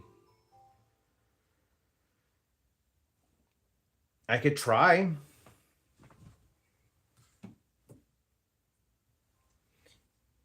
If you have my email address, the Sin City Yeti, then it's at Gmail. I will totally try and figure out something. I think a draw with me could be fun. We could do like a draw with me, like what are they called? The Picassos in paint. We go like to a little sit down place and everybody works on the same kind of drawing and then everybody shows it off afterwards. Is that what you're talking about?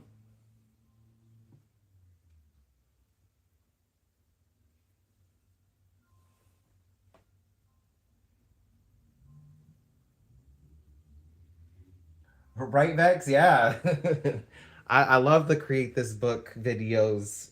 I'm always finding new videos and all new artists to watch. I think that's why I admire Mariah Elizabeth the most is she created something that has inspired so many artists and it's in a way where all these artists can share it together and create all sorts of individual unique looking pieces and it makes it so easy to find other artists just through that book.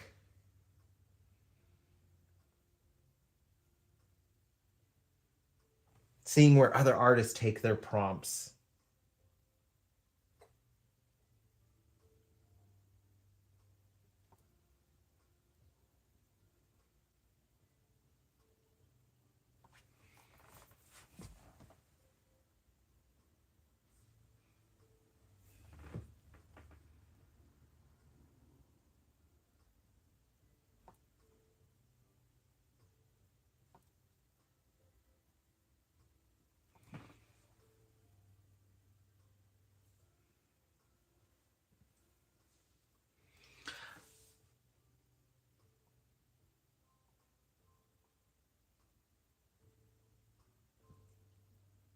It's actually, I haven't really talked about it because I've been super back and forth, internal dilemma and whatnot. But I've been really like thinking about getting back onto some kind of medication. I was on them in the past. I did not like the way they made me feel, but I know there's a lot more new medications on the market that I haven't tried, and they may be beneficial for me.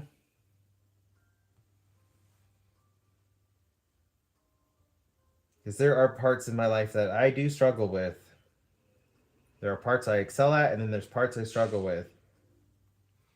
When it comes to my making art, I excel. When it comes to selling my art and actually like correspondence, I hate correspondence so much. As I advertise my email address to you, Susan, to like so you can send me information and your pictures if you wanted to. Like I hate correspondence through emails, but they're like they're such a necessity for commissions and selling work.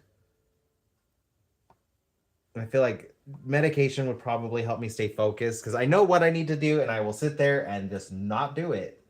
I will just stare at the screen.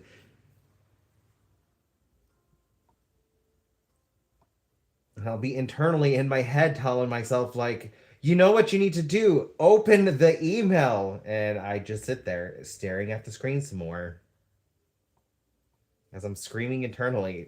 Open the emails, read it. You need to respond.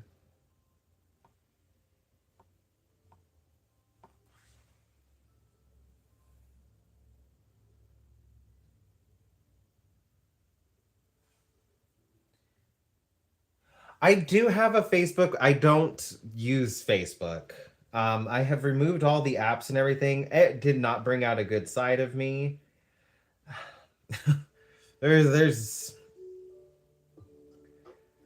there are a lot of people on my Facebook that I just did not get the best. I learned things about them I wish I hadn't have known, and then I just don't like the way the groups interact. I was part of an LGBT group for the longest time.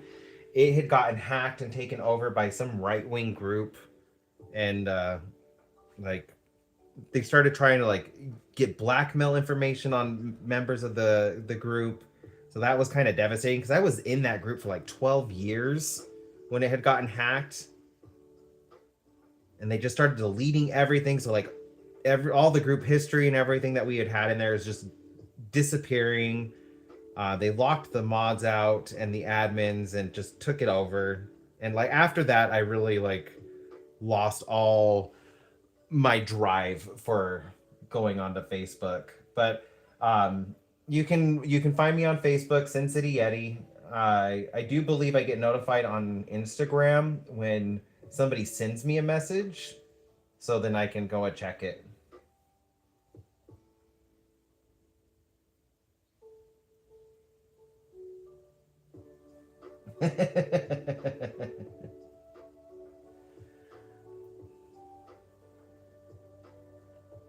I understand typo, yes. My hands will move faster than my brain.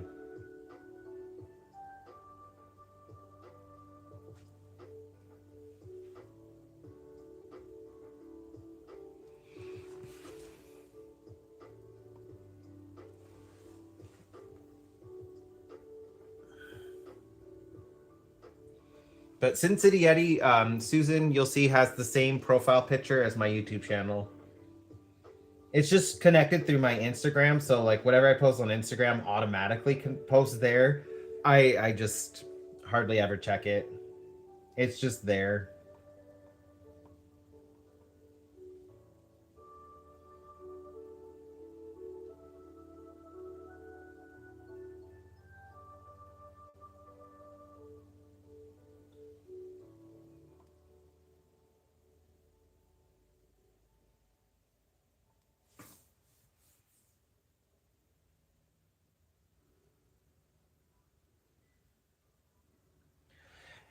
Most of the medications I tried, I was a child and I did not like it. I have tried some as an adult. The last one I did not like because it made me gain 60 pounds, and I still haven't been able to lose that weight.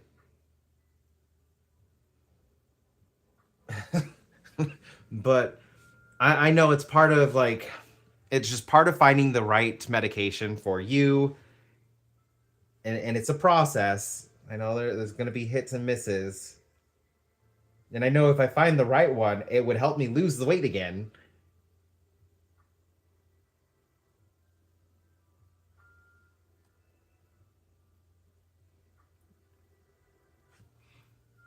I do think I need to find a better doctor who listens to me a little bit better.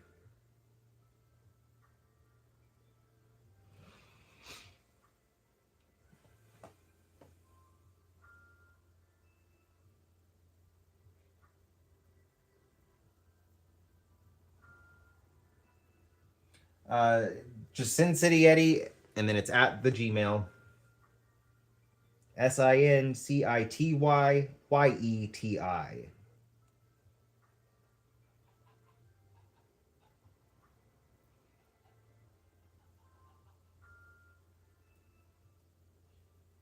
And I'll be able to check that once I'm done with the live.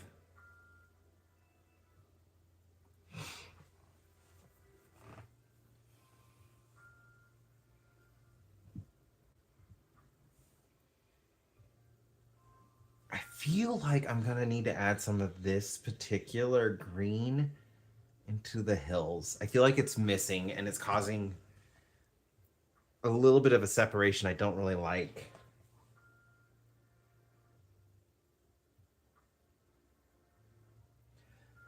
From the medications I've tried, I feel more comfortable without medication. However, there are things that the medications helped with that I did like. For example, Ritalin, I was super focused on all I had to do was think, I want to get this done. And then I got it done. It wasn't like when without medication where I think I want to get this done.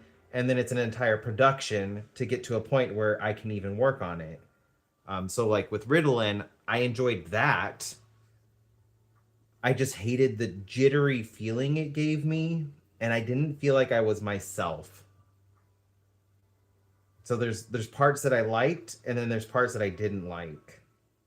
And then oh, what was the last one? The last one started with a W. I don't even remember what it was. I didn't stay on it very long because I was just gaining so much weight. I was like, nope, this one's not working.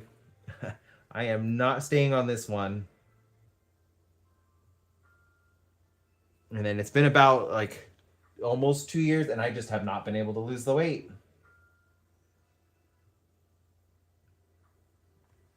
I kind of fluctuate between it, and it's definitely something I would like to lose again.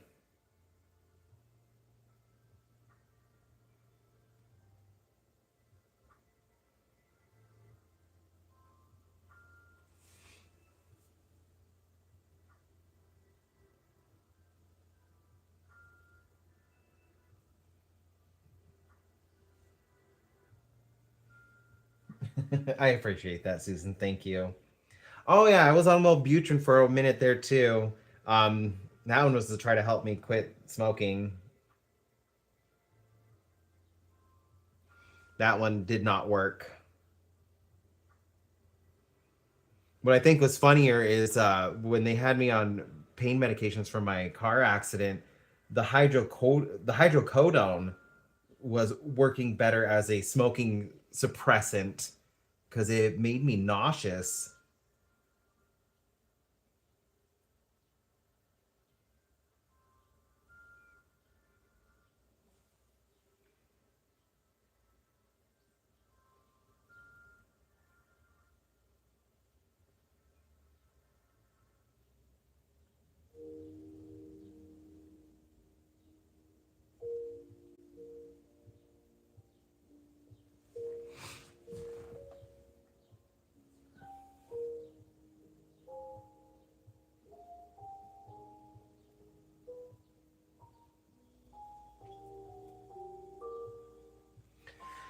I definitely want to explore it more. I feel like some symptoms of ADHD are, I don't want to say worsening, but intensifying as I'm getting older.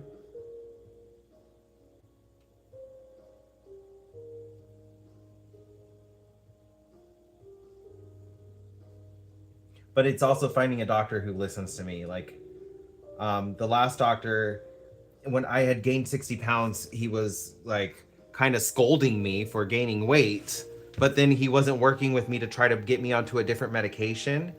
And so he's just like, you got to keep writing it out. It's fine. You just got to keep writing it out, but you got to start losing weight.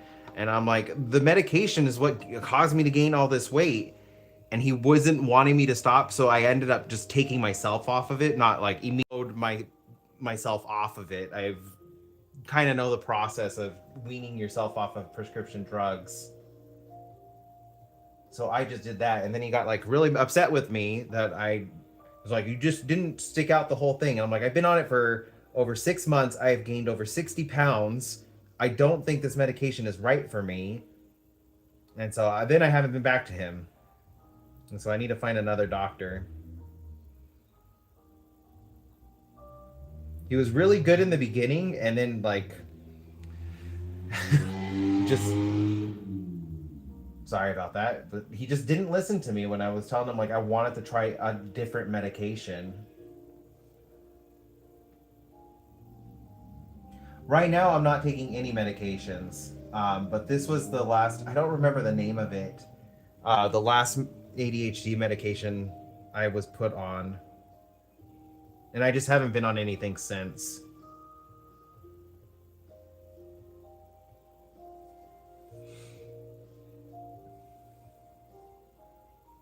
I have not heard of, what is it, Vyvanse?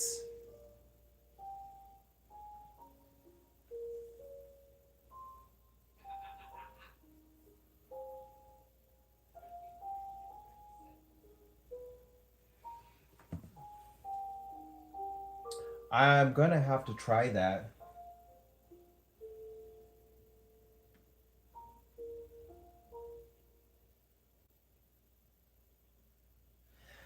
Luckily, I've only discovered I'm allergic to one kind of medication. And it's an antibiotic, so an easy one to avoid. But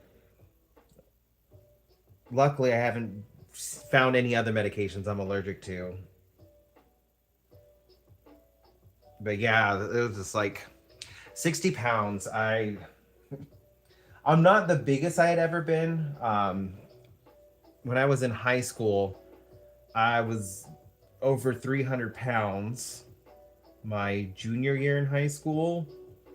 And then I lost a whole bunch of weight and was doing great in my 20s and into my 30s. And then we started experimenting again with ADHD medications. And then I gained 60 pounds from one. And I just cannot lose the weight. I have just been stuck. I have changed my diet. I off and on active levels. I just sit at the same weight.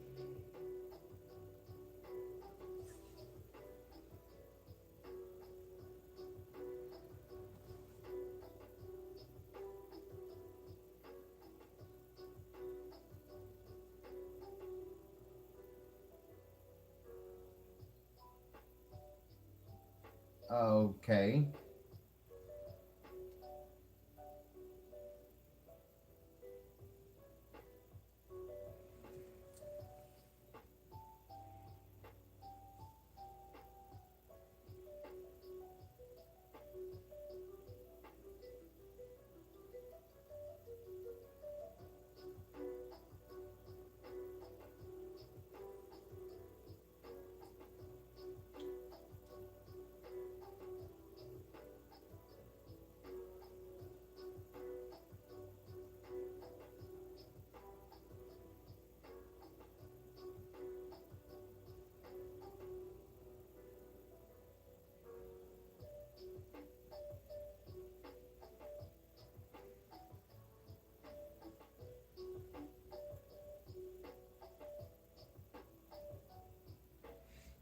Yeah, I got it taken care of. Like,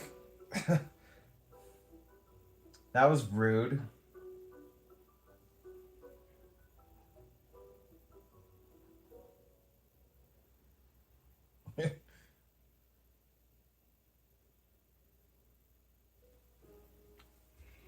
I don't take insults, even if they're accompanied with a compliment. Like, keep your insult to yourself. What is it that Thumper's dad taught him? If you don't have anything nice to say, don't say nothing at all.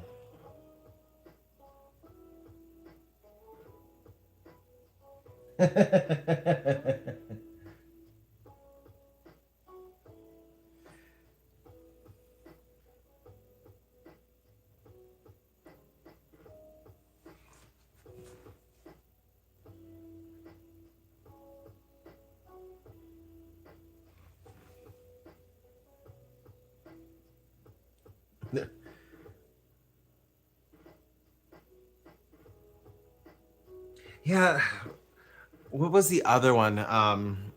Cytler was the really bad medication. I had a really adverse side effect to that one, but they put me on that when I was 8 years old, and I just because of how bad the side effect was, I will never go onto that one again.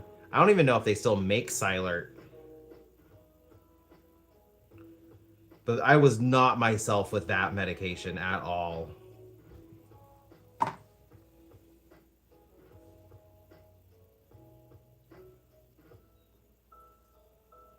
And welcome, Illustrated. It's nice to see you in here.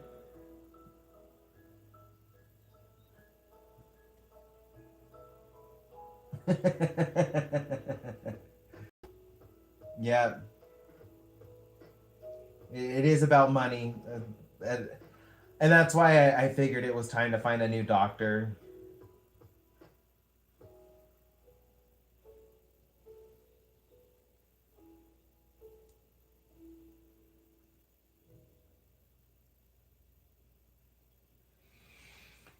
I feel like there was something that he was probably gaining from the pharmaceutical company on why he was like pushing that medication so much, even though like I didn't like the reaction I was having to it. At least that's the only thing that I could figure in my head and justify why he would be pushing it so much and upset with me for taking myself off of it when he wasn't working with me to take me off of it like I wanted.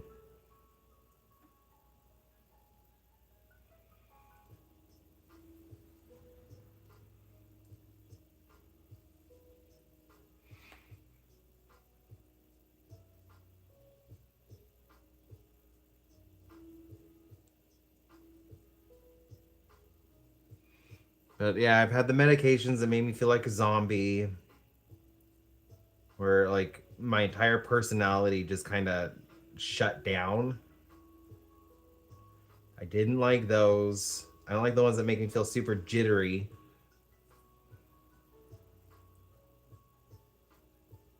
or the ones that make me gain a whole bunch of weight.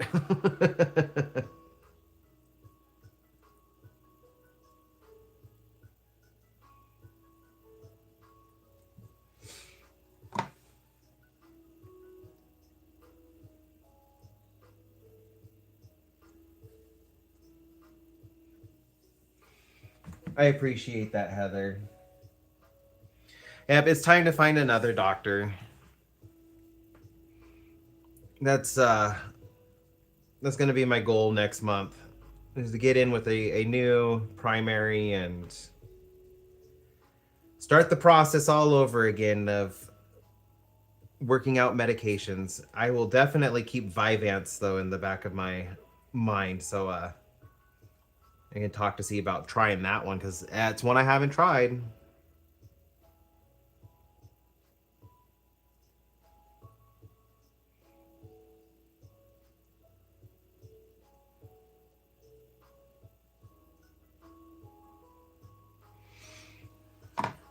And I'm hoping like something else, like with ADHD, you can have a. It's not for every like not everybody has this, but some people have super addictive personalities. Unfortunately, that's what happened with me with smoking, and I've been wanting to quit. I've been smoking for so long. Unfortunately, I started smoking when I was 13 years old. I was using it as an escape then, and I'm down to like 5 cigarettes a day, so I don't even smoke a whole pack a day. But I can't kick the habit from those just last couple. And I have tried everything. I can't do vapes; they give me a migraine. I've tried every vape that I could find. They all just like they make my head hurt so much. But I do know that there are some medication, ADHD medications, that have helped people quit habits that they were trying to quit. That was one of the reasons why I also went on Wellbutrin, was to see if that would help me. So I'm hoping maybe if I can find the right ADHD medication, it can help me build up different habits so I can break that final one.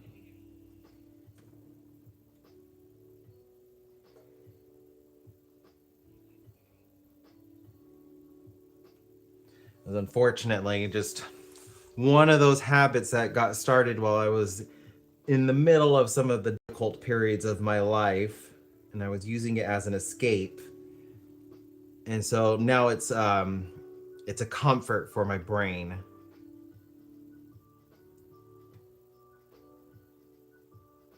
Which makes it a little bit harder to break just because like it's where my brain goes to seek comfort. And like there's so many times like I don't even realize I'm going to go pick one up. And I'll be doing something, and the next thing I know, like if I'm stressed out, I'll be outside and I'll be smoking, and I'm just like, okay, well, guess I went on autopilot there.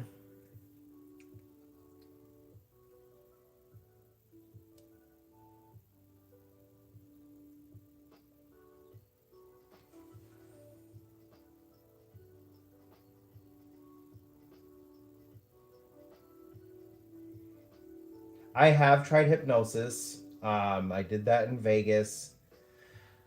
I tried that when I was 21. I was trying to quit.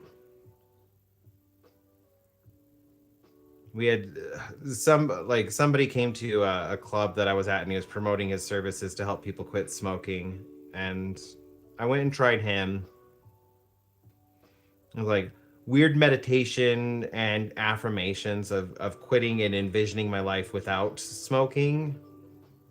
And I just don't think that really worked because, especially like just due to my hardships, it's hard for me to envision myself in the future. I've never really had a point in my life where like I could look to the future with like goals and dreams and things like that. I never expected to make it to 40 years old. So it was just one of those things. It's pretty hard for me to like even try and see myself just a couple years in the future.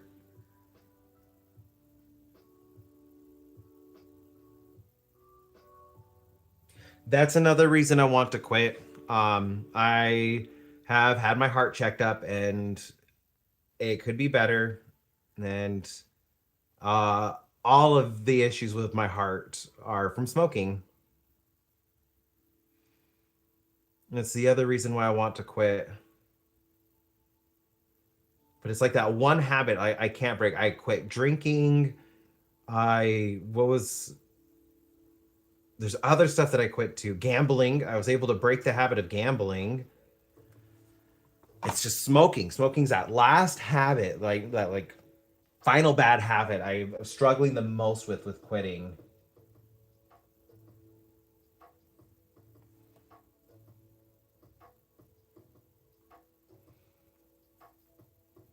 Congratulations, Vex. That is an accomplishment. I'm very proud of you for that one. I was able to quit drinking cold turkey. Just stopped. I was able to do that one, but it's just this last habit.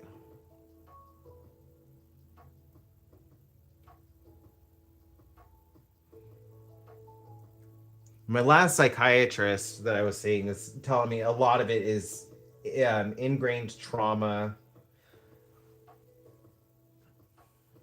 using it as an escape, and the one that really like kind of hit hard for me was when we were talking about it, and then she just kind of flat out said, "So you purposefully smoke to hurt yourself?" And I was like, "What? What do you mean?" And she's like, "You like the pain. You feel like you deserve the pain, and that's why you keep smoking." So there's like some psychological stuff there I need to break as well.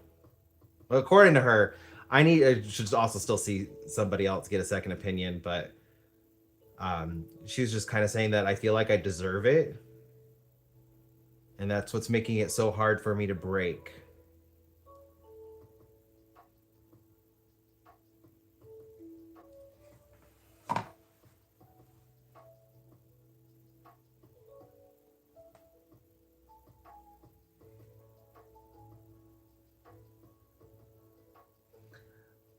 I'm gonna keep at it. It's the last of the habits. It's the last bad habit I need to quit.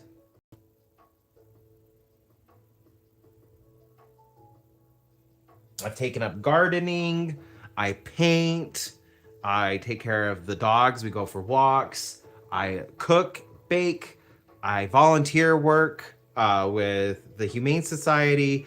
I create like grab bags of easy meals, socks, shampoos, and stuff for the homeless. Like, there's a lot of good habits I have replaced my bad habits with. It's just that's the final one. Got just that last one.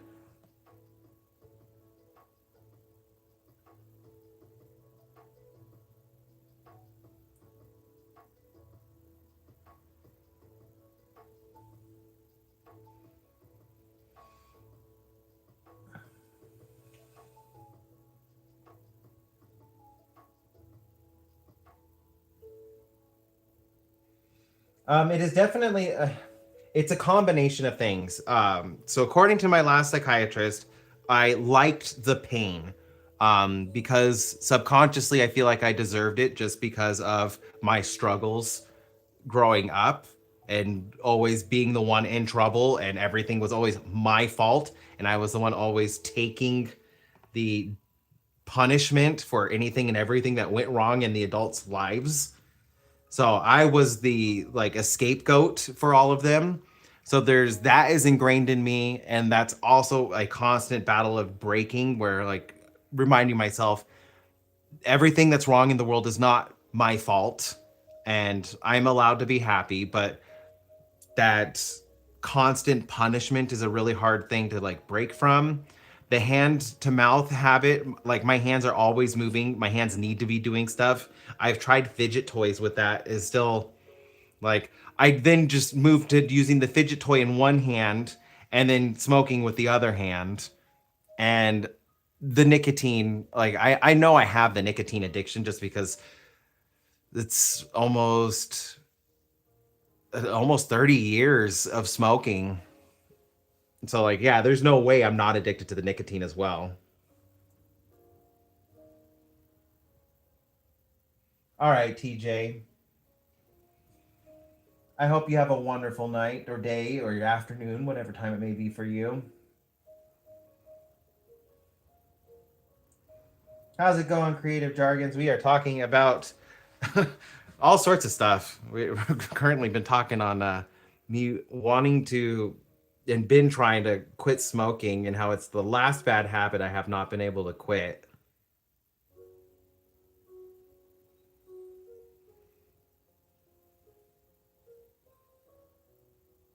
And then just like things my psychiatrist has told me in the past of like why I do some things that I do like smoke.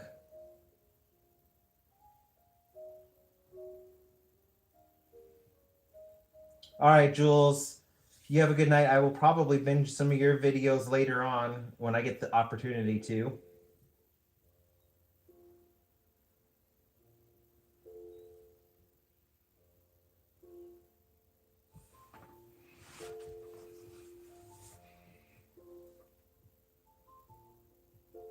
And I don't know if the nicotine has like that big of a hold on me because I could go long periods of time without smoking and not being like too cranky. Like when I was working with my clients at my last job, I would go the whole shift without smoking because some of the clients were so sensitive to the smell of smoke. Like it would send them into episodes. So I could not have the smell of smoke on me at all. And so I would just not smoke until I was done. But then as soon as I was done, like I would immediately smoke.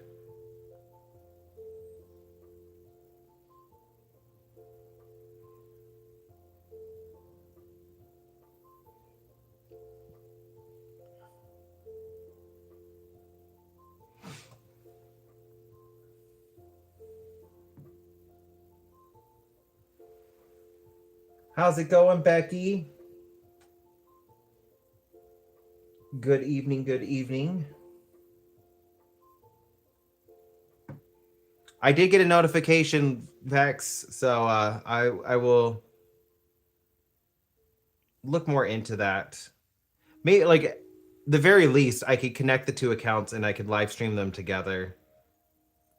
I also saw you sent me a friend request on Discord. I'll get that taken care of.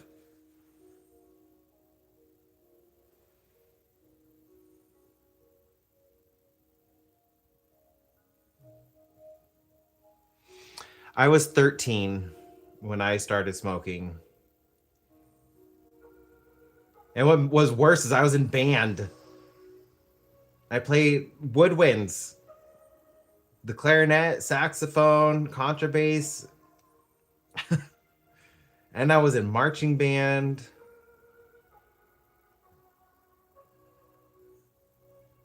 All through high school.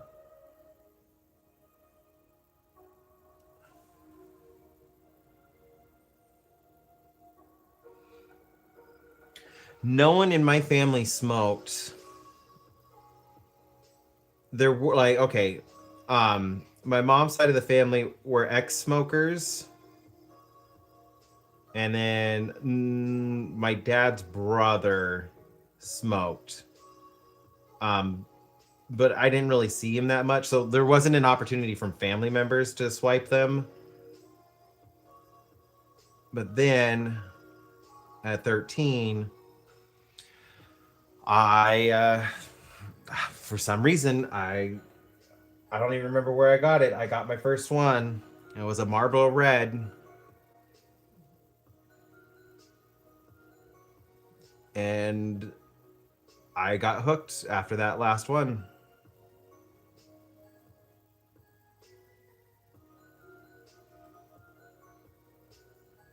It kind of helped. I shouldn't say it helped, but I was pretty tall by that time. Like I had gotten to like my full height. I'm 6'2", and Yeti comes from the fact that I was hairier than most of my friends in high school. So I did have facial hair that could be mistaken for somebody a lot older than I really was. And I would just go to places until I could find a place I wouldn't get carded to buy cigarettes.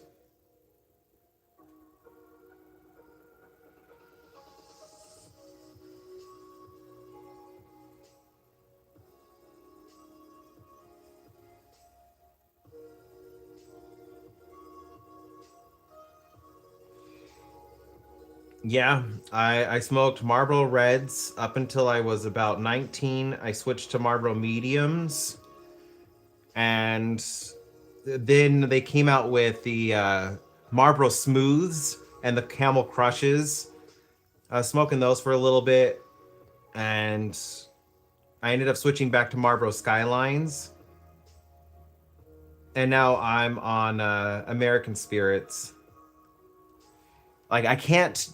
The reason I switched to American Spirits is because I cannot chain smoke them. It will make me nauseous if I chain smoke American Spirits, and I can like I could go with a day where I only have like maybe 2 or 3, and I'm fine. Like I don't feel like I'm fiending for one, and I just feel like I smoke the least amount with American Spirits. But yeah, it was. I was trying to escape a lot of stuff in my life.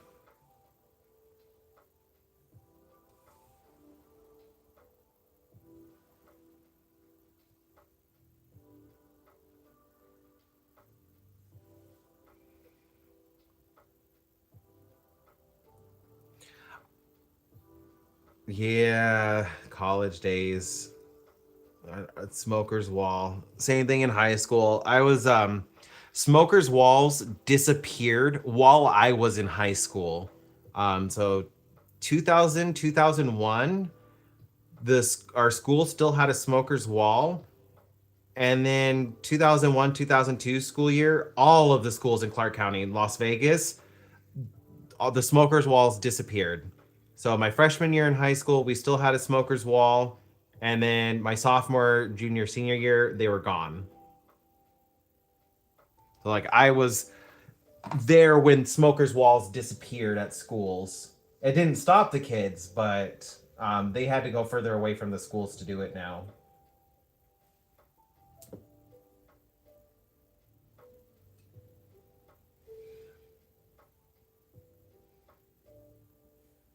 Well, you are not alone, Susan. I do want you to know you're not alone. Even if you are at home on the other side of the world from me, I completely understand the being alone and kind of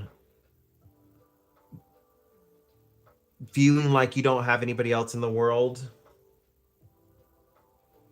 because of things that preoccupy our minds. My mind is not always my friend either. Um, but just know you're not alone. I know there's a lot of people who love you, and you can reach out to me whenever. I will do my best to respond. I've given you a few ways that you can contact me if you just need a friend. I will absolutely be an art friend. And together we can give each other hope and make ourselves better artists. It'll be like a pen pal situation. I haven't had a pen pal in a long time. A smoker's wall. So, in Las Vegas, a lot of the high schools are built with cinder blocks. And so they would outline like the edge of the school with like a small retaining wall made with the same kinds of cinder blocks. And so kids would go out to that area, and it was just kind of like a half wall, pony wall kind of situation at most of the schools. And it was just an area where all the kids that smoked would go to smoke. Like they would either do it between classes or on lunch or before or after school.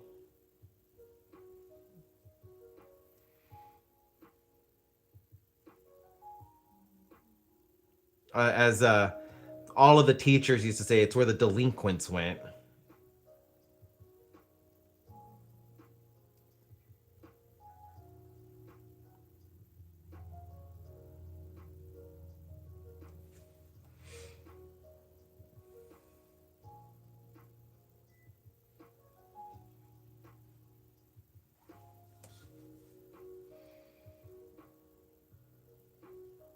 So for a while there, the schools were like, well, we can't really do anything since they're technically off campus.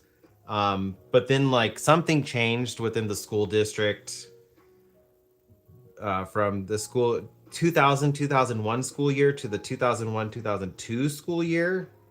And like then we got like I guess they're like school police officers patrolling, and um, they completely did away with the smokers wall. Kids would get taken into the principal's offices if they were caught smoking anywhere near the school, even if they weren't on campus.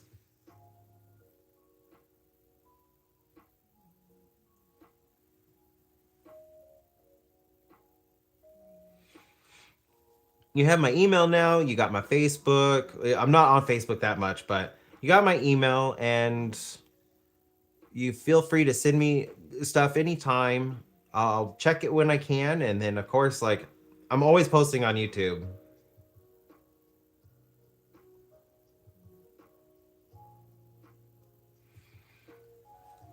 Just because we're a world away doesn't mean that we can't still connect with each other.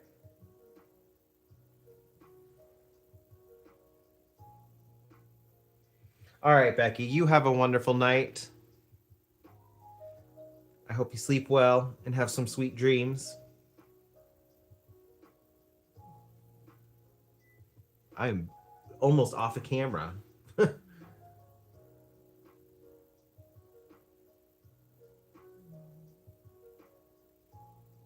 Yep, it's 1:23 in the afternoon, or for a 24-hour clock, 13:23.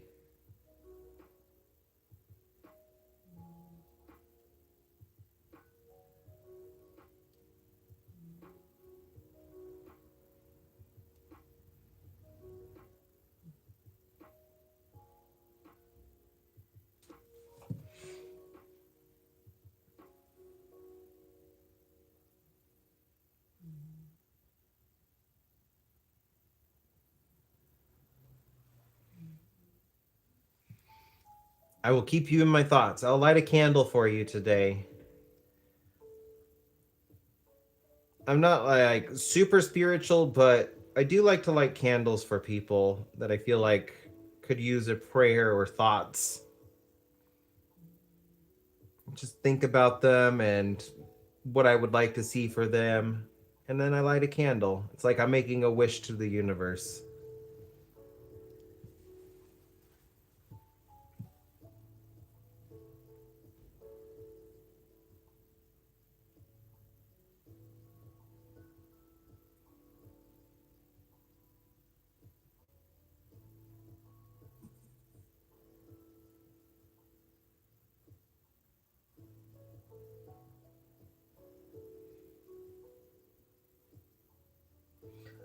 Awesome. Of course, Mias.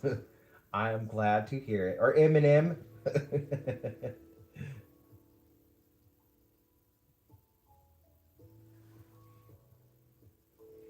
I feel like it's very symbolic and it gives direction to my intent and like what I would like to just send out into the universe. It gives it direction. I'll be sending it to the east for you.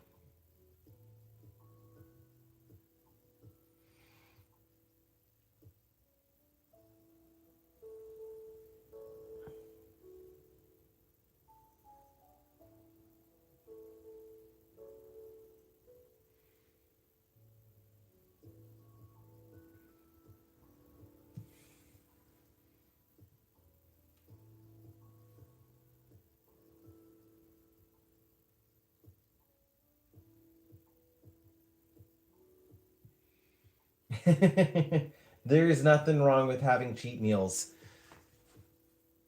I I have my own cheat meals. Actually, tonight's gonna be well. Is it really a cheat meal? I'm doing homemade spaghetti. I mean, the pasta's not homemade, but the sauce is. And it's packed full of veggies. But I'm gonna add cheese to it because we also kind of had a cheat meal yesterday. Eric made flautas and then a salsa from scratch. And what else did he make? He made something else for it. He made a salsa from scratch. Oh, and couscous. We did couscous instead of rice. He did a lemon cilantro couscous. We try to do cheat meals as well, but we try to do ours like homemade.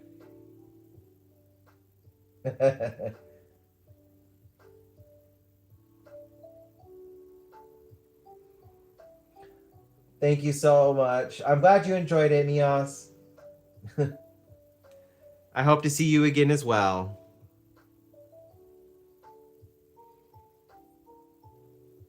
It was really good. I was kind of impressed with the couscous and how well it went with the flautas. But I do love Eric's cooking so much. To this white boy, his cooking is like as having a cantina at home whenever I want. When he cooks, like it's always restaurant quality food. And he's like, I'm not that good of a cook. And I'm like, yes, you are.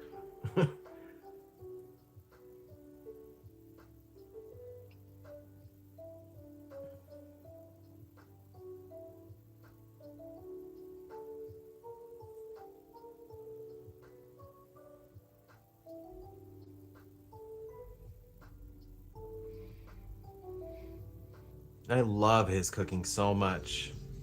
But I can also handle spicy food. Like, I mean, I can eat habanero salsa. He has made me habanero salsa, and it is delicious. I can't eat too much of it, but I can eat it.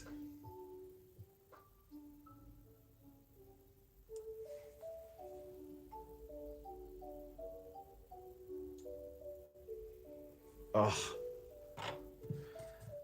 oh, you're just reminding me. I've made schnitzel before, and it's been a while since I've made schnitzel. I was kind of craving it the other day, and then I totally forgot. Now you just reminded me. I wanted schnitzel the other day, and I was gonna soak some potatoes to start it, and then I got sidetracked and never did.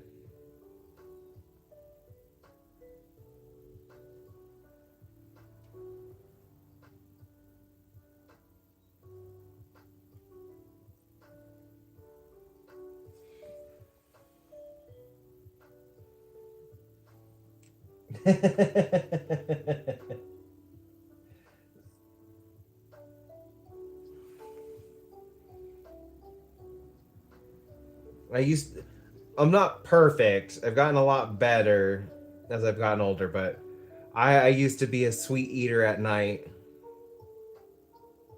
Before bedtime, it was like eating ice cream before bed was like one of my favorite things to do. And it's not good for you, but man, did I love doing it.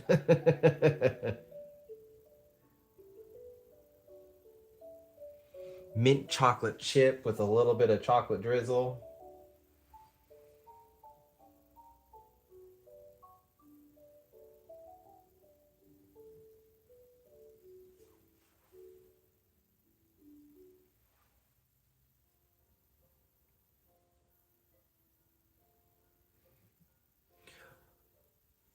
Do you watch? Oh my gosh, what is his channel's name? Is it cooking history? Oh, it's gonna bug me. I can't remember his channel's name. He does all sorts of recipes from the past, and he tries to like help understand the recipes, even though like they didn't have exact measurements. I've made some of his recipes, and they were really good too.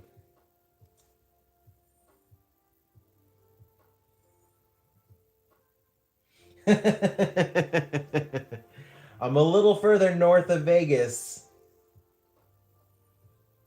I'm up by Tahoe.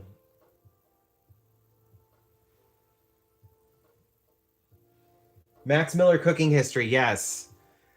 He did the paprika chicken from the Dracula book. Oh my gosh, I made that. I followed his recipe. That was some really good chicken. The other one I made was I made his like the peasant meat pies from the Middle Ages. I made those as well. I really liked them. Eric did not. Eric did not like the spices that I used for them, even though I followed the recipe. They just weren't his cup of tea. I loved it, but not something I'm going to be making again because Eric hated it.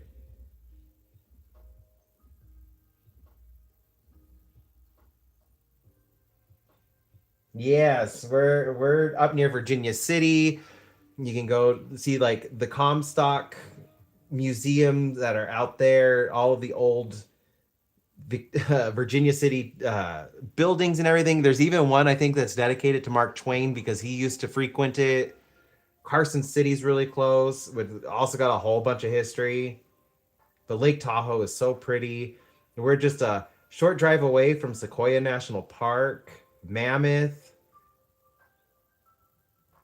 Yosemite. I feel like this is the perfect place for all of the some of the best, not all the best, but some of the best national parks we have.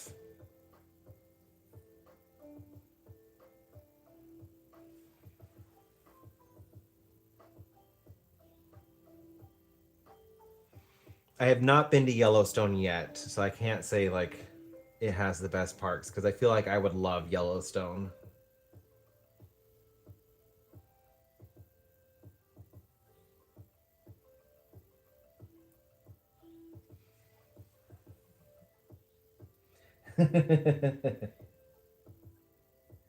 Also, we're closest.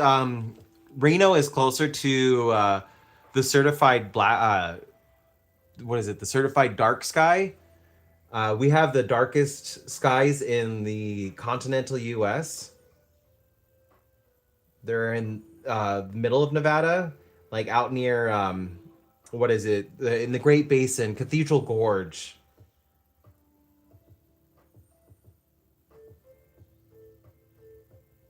I love when I like have to take a trip from Reno down to Vegas. I love taking it at night because I can see the Milky Way,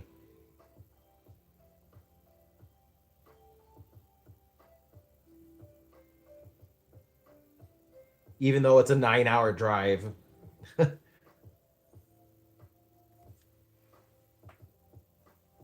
I have not. The Netherlands, um, the Netherlands, Scotland. I want to go to Greenland and Iceland and Japan.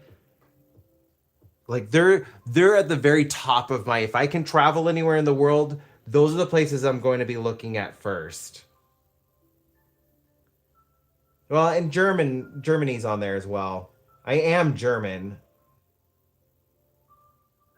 Like mainly Dutch, German, and Japanese.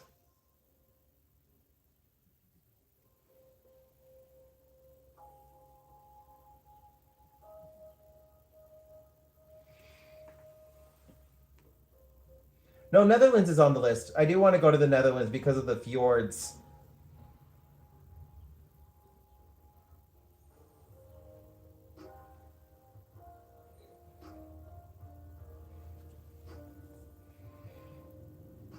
All of the pictures of the fjords I've seen from the Netherlands are just absolutely breathtaking.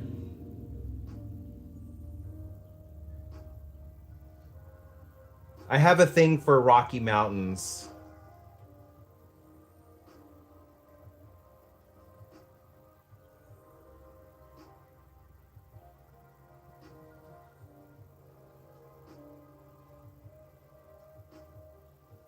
I have not been to South Dakota. That was on my list for a while.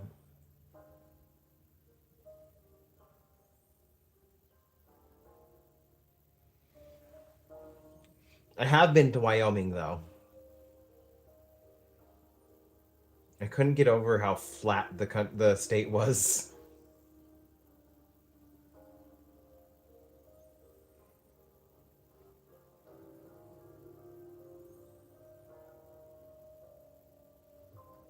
Oh, the northern lights from that far north would be absolutely magical.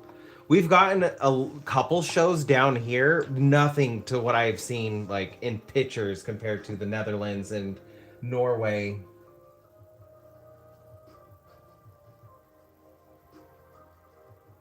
I will definitely have to let you know, Susan.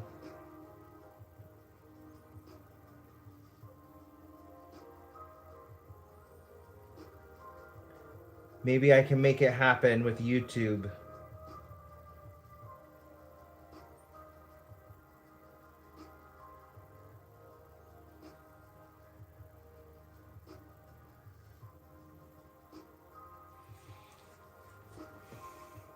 And it would be fun to go to the part of the world that like my ancestors are from.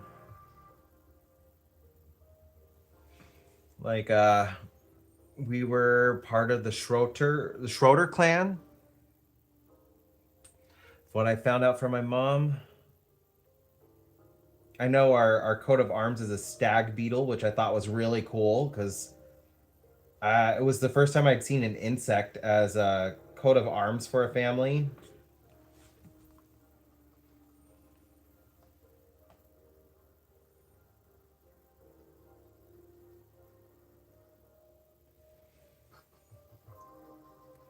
And then my grandpa was on my mom's side was Japanese. So I got German and Japanese on my mom's side, and then Dutch on my dad's side.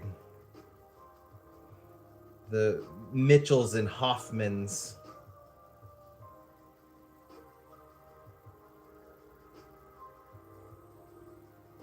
And I know we got royal blood in us somewhere because a few of my cousins have hemophilia, the royal disease.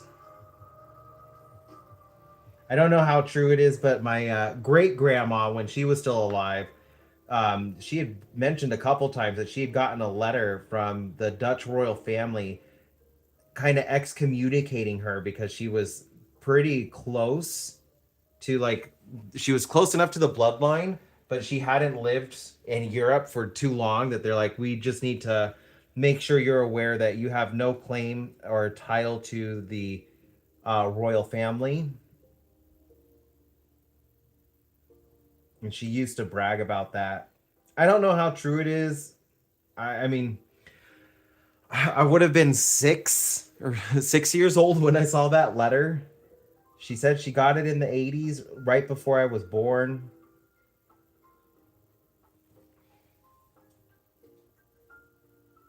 That would be fun.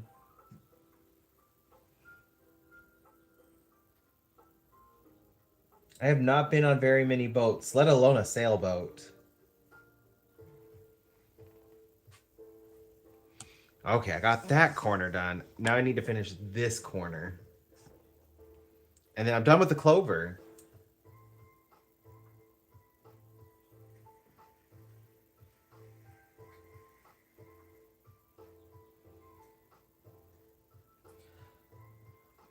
And that is something I do want to do on a trip to Europe. I want to go through a few countries in Europe.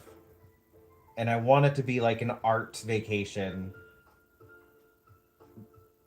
Drawing and creating in all sorts of different places.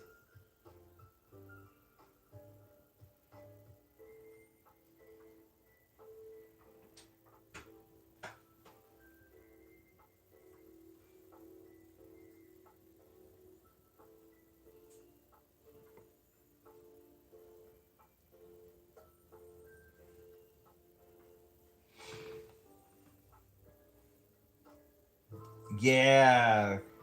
I'm gonna kind of do my best this summer to go around and create in nature because I at least I love the nature of my side of the world, so I can go on trips and be inspired by nature that way. But I do want to go to like some really cool historical sites.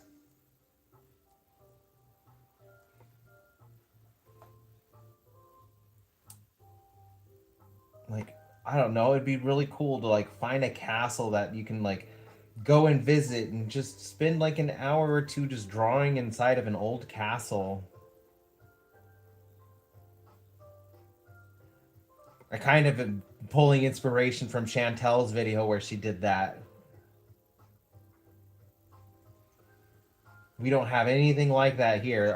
Our oldest man-made structures that aren't on sacred land. So I will not go to the structures on sacred land because they're Native American sacred spaces. That's not for me. I don't need to go there. Outside of that, the oldest buildings we have here are like 100 years, 120 years old. And they're like falling apart. I still go inside of them and it's fun to kind of explore, but I think it'd be even cooler to see buildings 3, 4 times as old.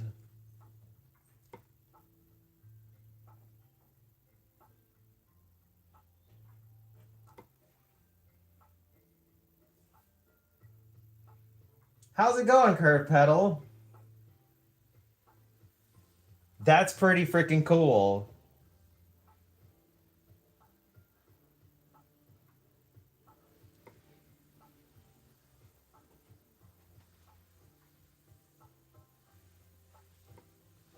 We definitely don't have anything like that here on the West Coast.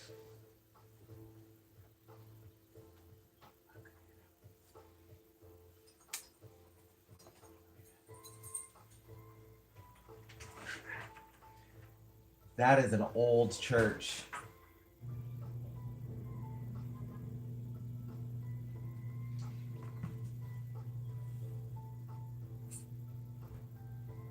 Not a very religious person, but I would go sit inside a church like that. Think about all the people that have walked through its walls.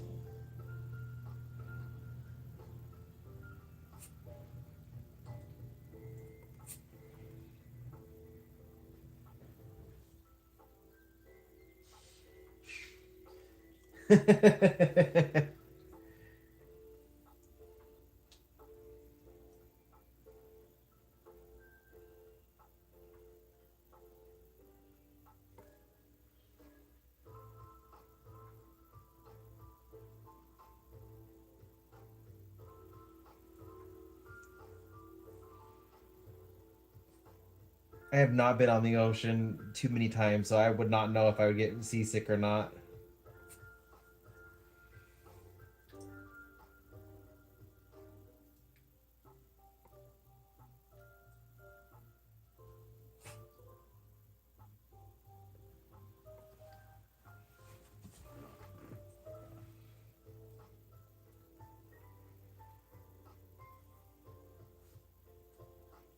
All right, Heather. I appreciate you joining. It has been fun chatting with you. I just realized what time it is. I have about 15 minutes before this life is done. I still do. I have stuff I do still need to get done.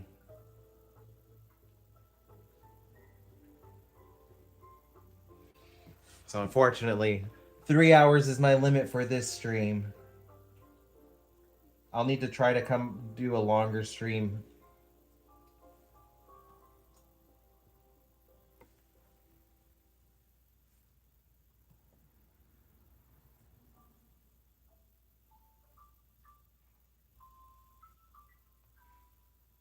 I might be able to. I unfortunately had to get a new phone, even though I wasn't planning on it, and if that means I'm going to try to get my other phone fixed so I could use both, which both have great video quality.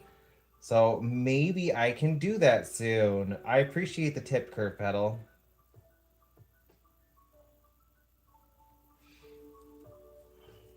You have fun at the gym. Hope you work up a good sweat.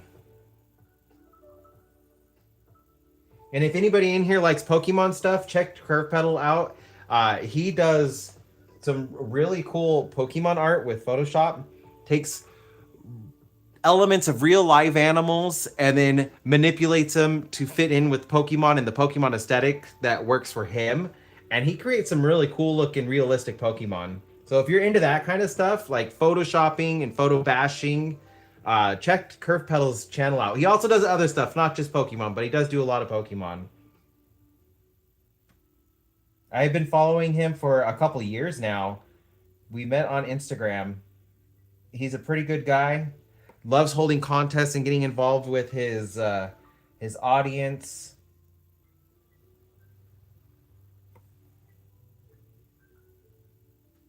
You have a good one.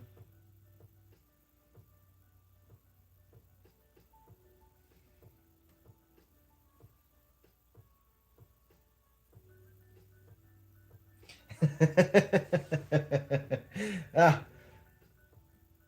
it reminds me of just what little kids do when they get sick. Like, if you're gonna get sick, you just get sick. There's no getting to a spot to be sick. It's just gonna come out.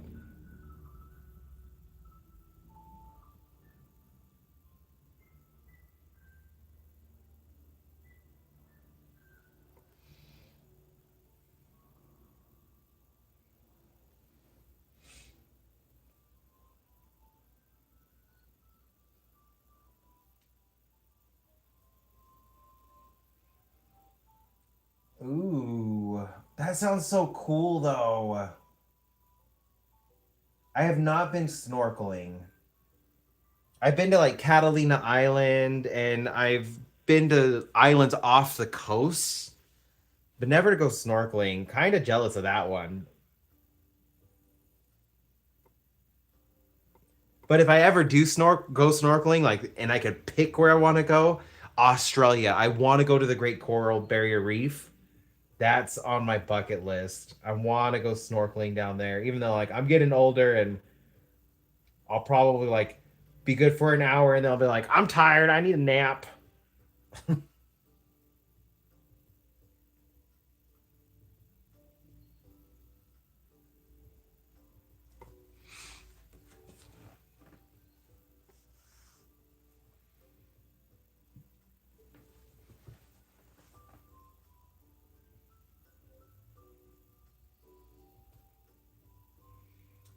Oh my goodness. Your daughter and Baxter have a lot in common. Baxter did that yesterday to me. I was trying to capture him because he was doing the noise and I'm like, no, no, no, no, no, no. And I'm trying to get him and he's like running around and he just made this trail of puke all over the couch. And this is one of the reasons we use blankets on the couch, like to cover the cushions, because it's easy to wash with the dogs. So then I had to strip the couch down and the pillows and wash them. And yeah, that's exactly what Baxter does. My niece did stuff like that too when she was really little.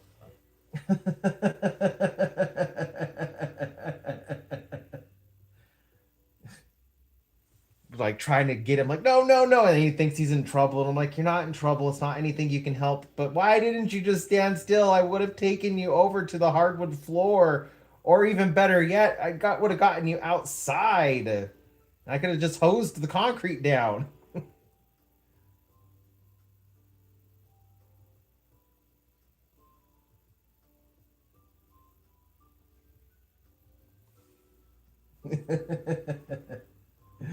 uh,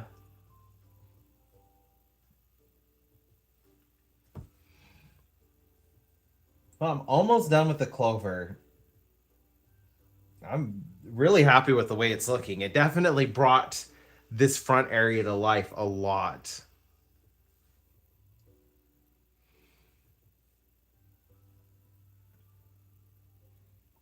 But it means I at least have one more live stream before I can start the Pokemon.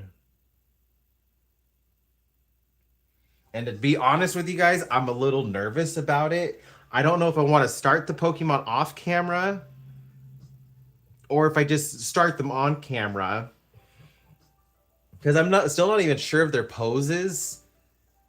And so like I feel like going being live and doing it, I'm gonna be a little bit extra nervous for it, and I don't want to mess up. Where like if I'm by myself, I can at least like get it started and all the pressures off of it. But I don't want to leave you guys out of that process either. At the same time, I'll figure it out by then.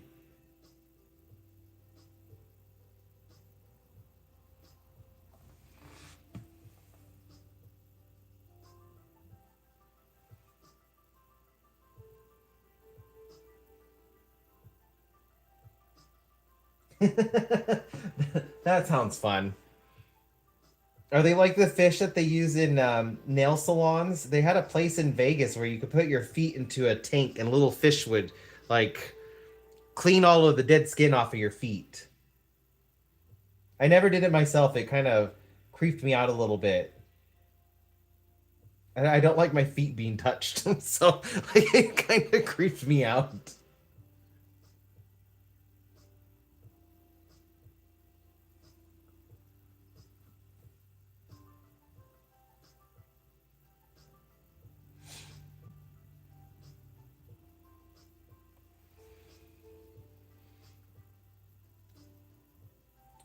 I mean, the way I kind of look at it, you have a higher likelihood of being killed by a cow.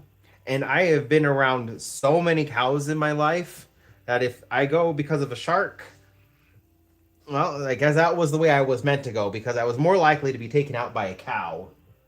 And I used to crawl over the fences into the pasture to play with the cows when I was like 5 and 6 years old.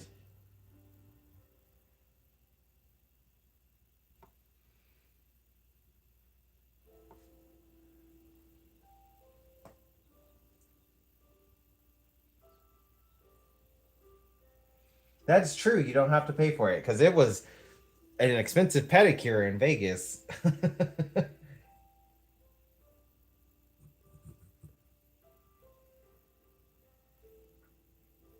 It looked really cool though. I saw one of my girlfriends at the time, like she had it done. And I was very fascinated, and she just kept saying, "It doesn't hurt. It tickles. You should try it." I'm good. No, thank you.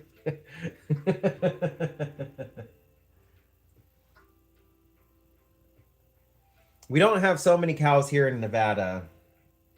We have a lot of horses, especially wild horses. We have the largest amount of wild mustangs in the country,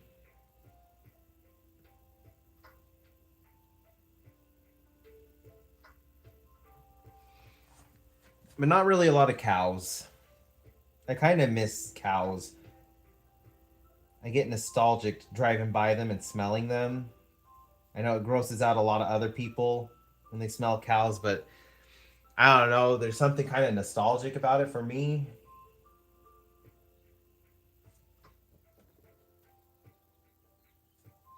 That would terrify me. I love emus. I love our feathered dinosaurs, and like I absolutely emus are dinosaurs.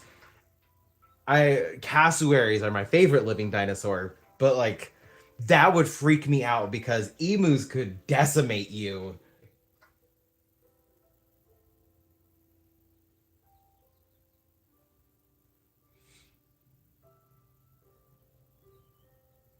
I would probably really enjoy it just because I don't think it smells bad. It just kind of smells like fermented grass. It's just one of those nostalgic smells that grosses people out, and I'm just kind of like, it's not that bad of a smell. It's better than pigs.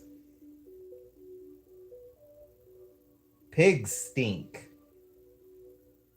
I lived close enough to a pig farm in Vegas.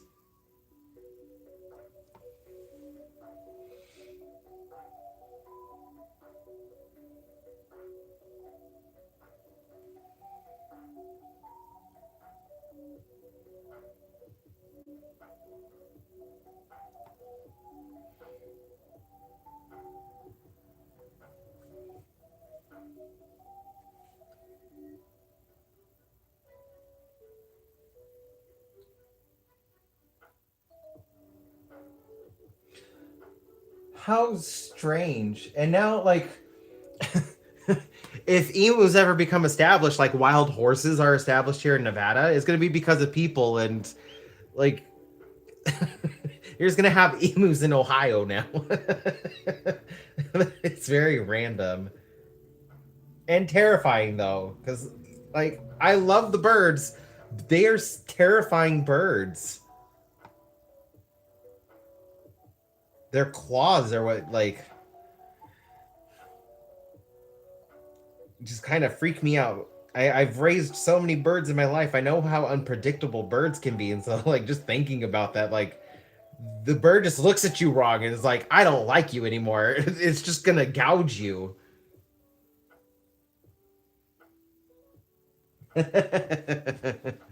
We don't really have a lot of farms out here in the desert. We have pig farms because Las Vegas is known for its casinos, which have a lot of buffets. It creates a lot of food waste.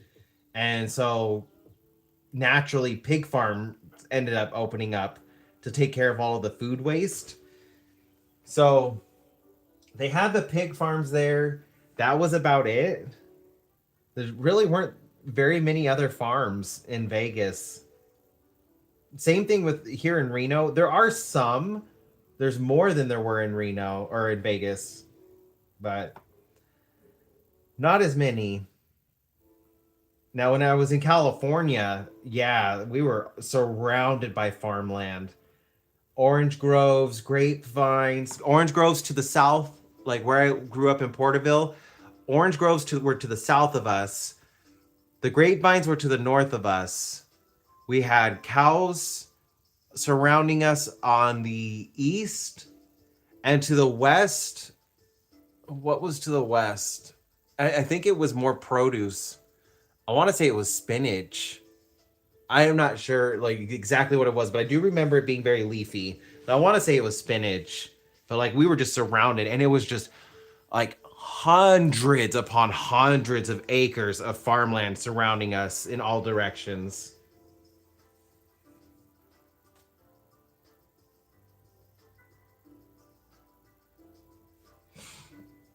Yeah, I remember that. That was one of my favorite things about the spring. Like around my birthday, because my birthday's the end of February and March, you would smell the farmers getting the land already and being tilled and planting all of their seeds. The orange blossoms too. That was one of my favorites. I loved when the orange blossoms bloomed.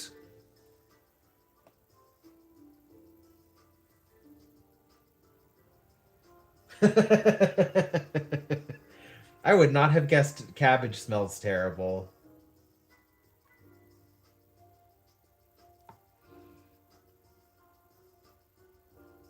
The one I was surprised by, I was like grapes. They didn't really smell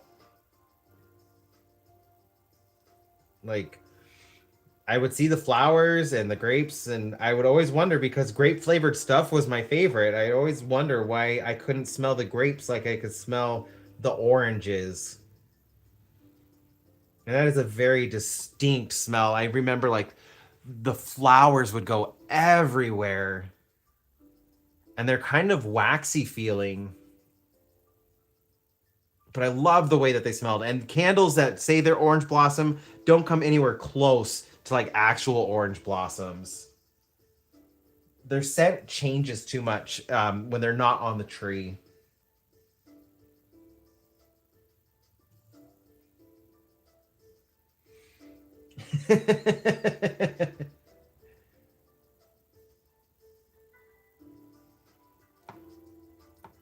When I blanch broccoli and Brussels sprouts, yeah, I kind of feel like it smells like farts. I guess I could see cabbage smelling similar to that.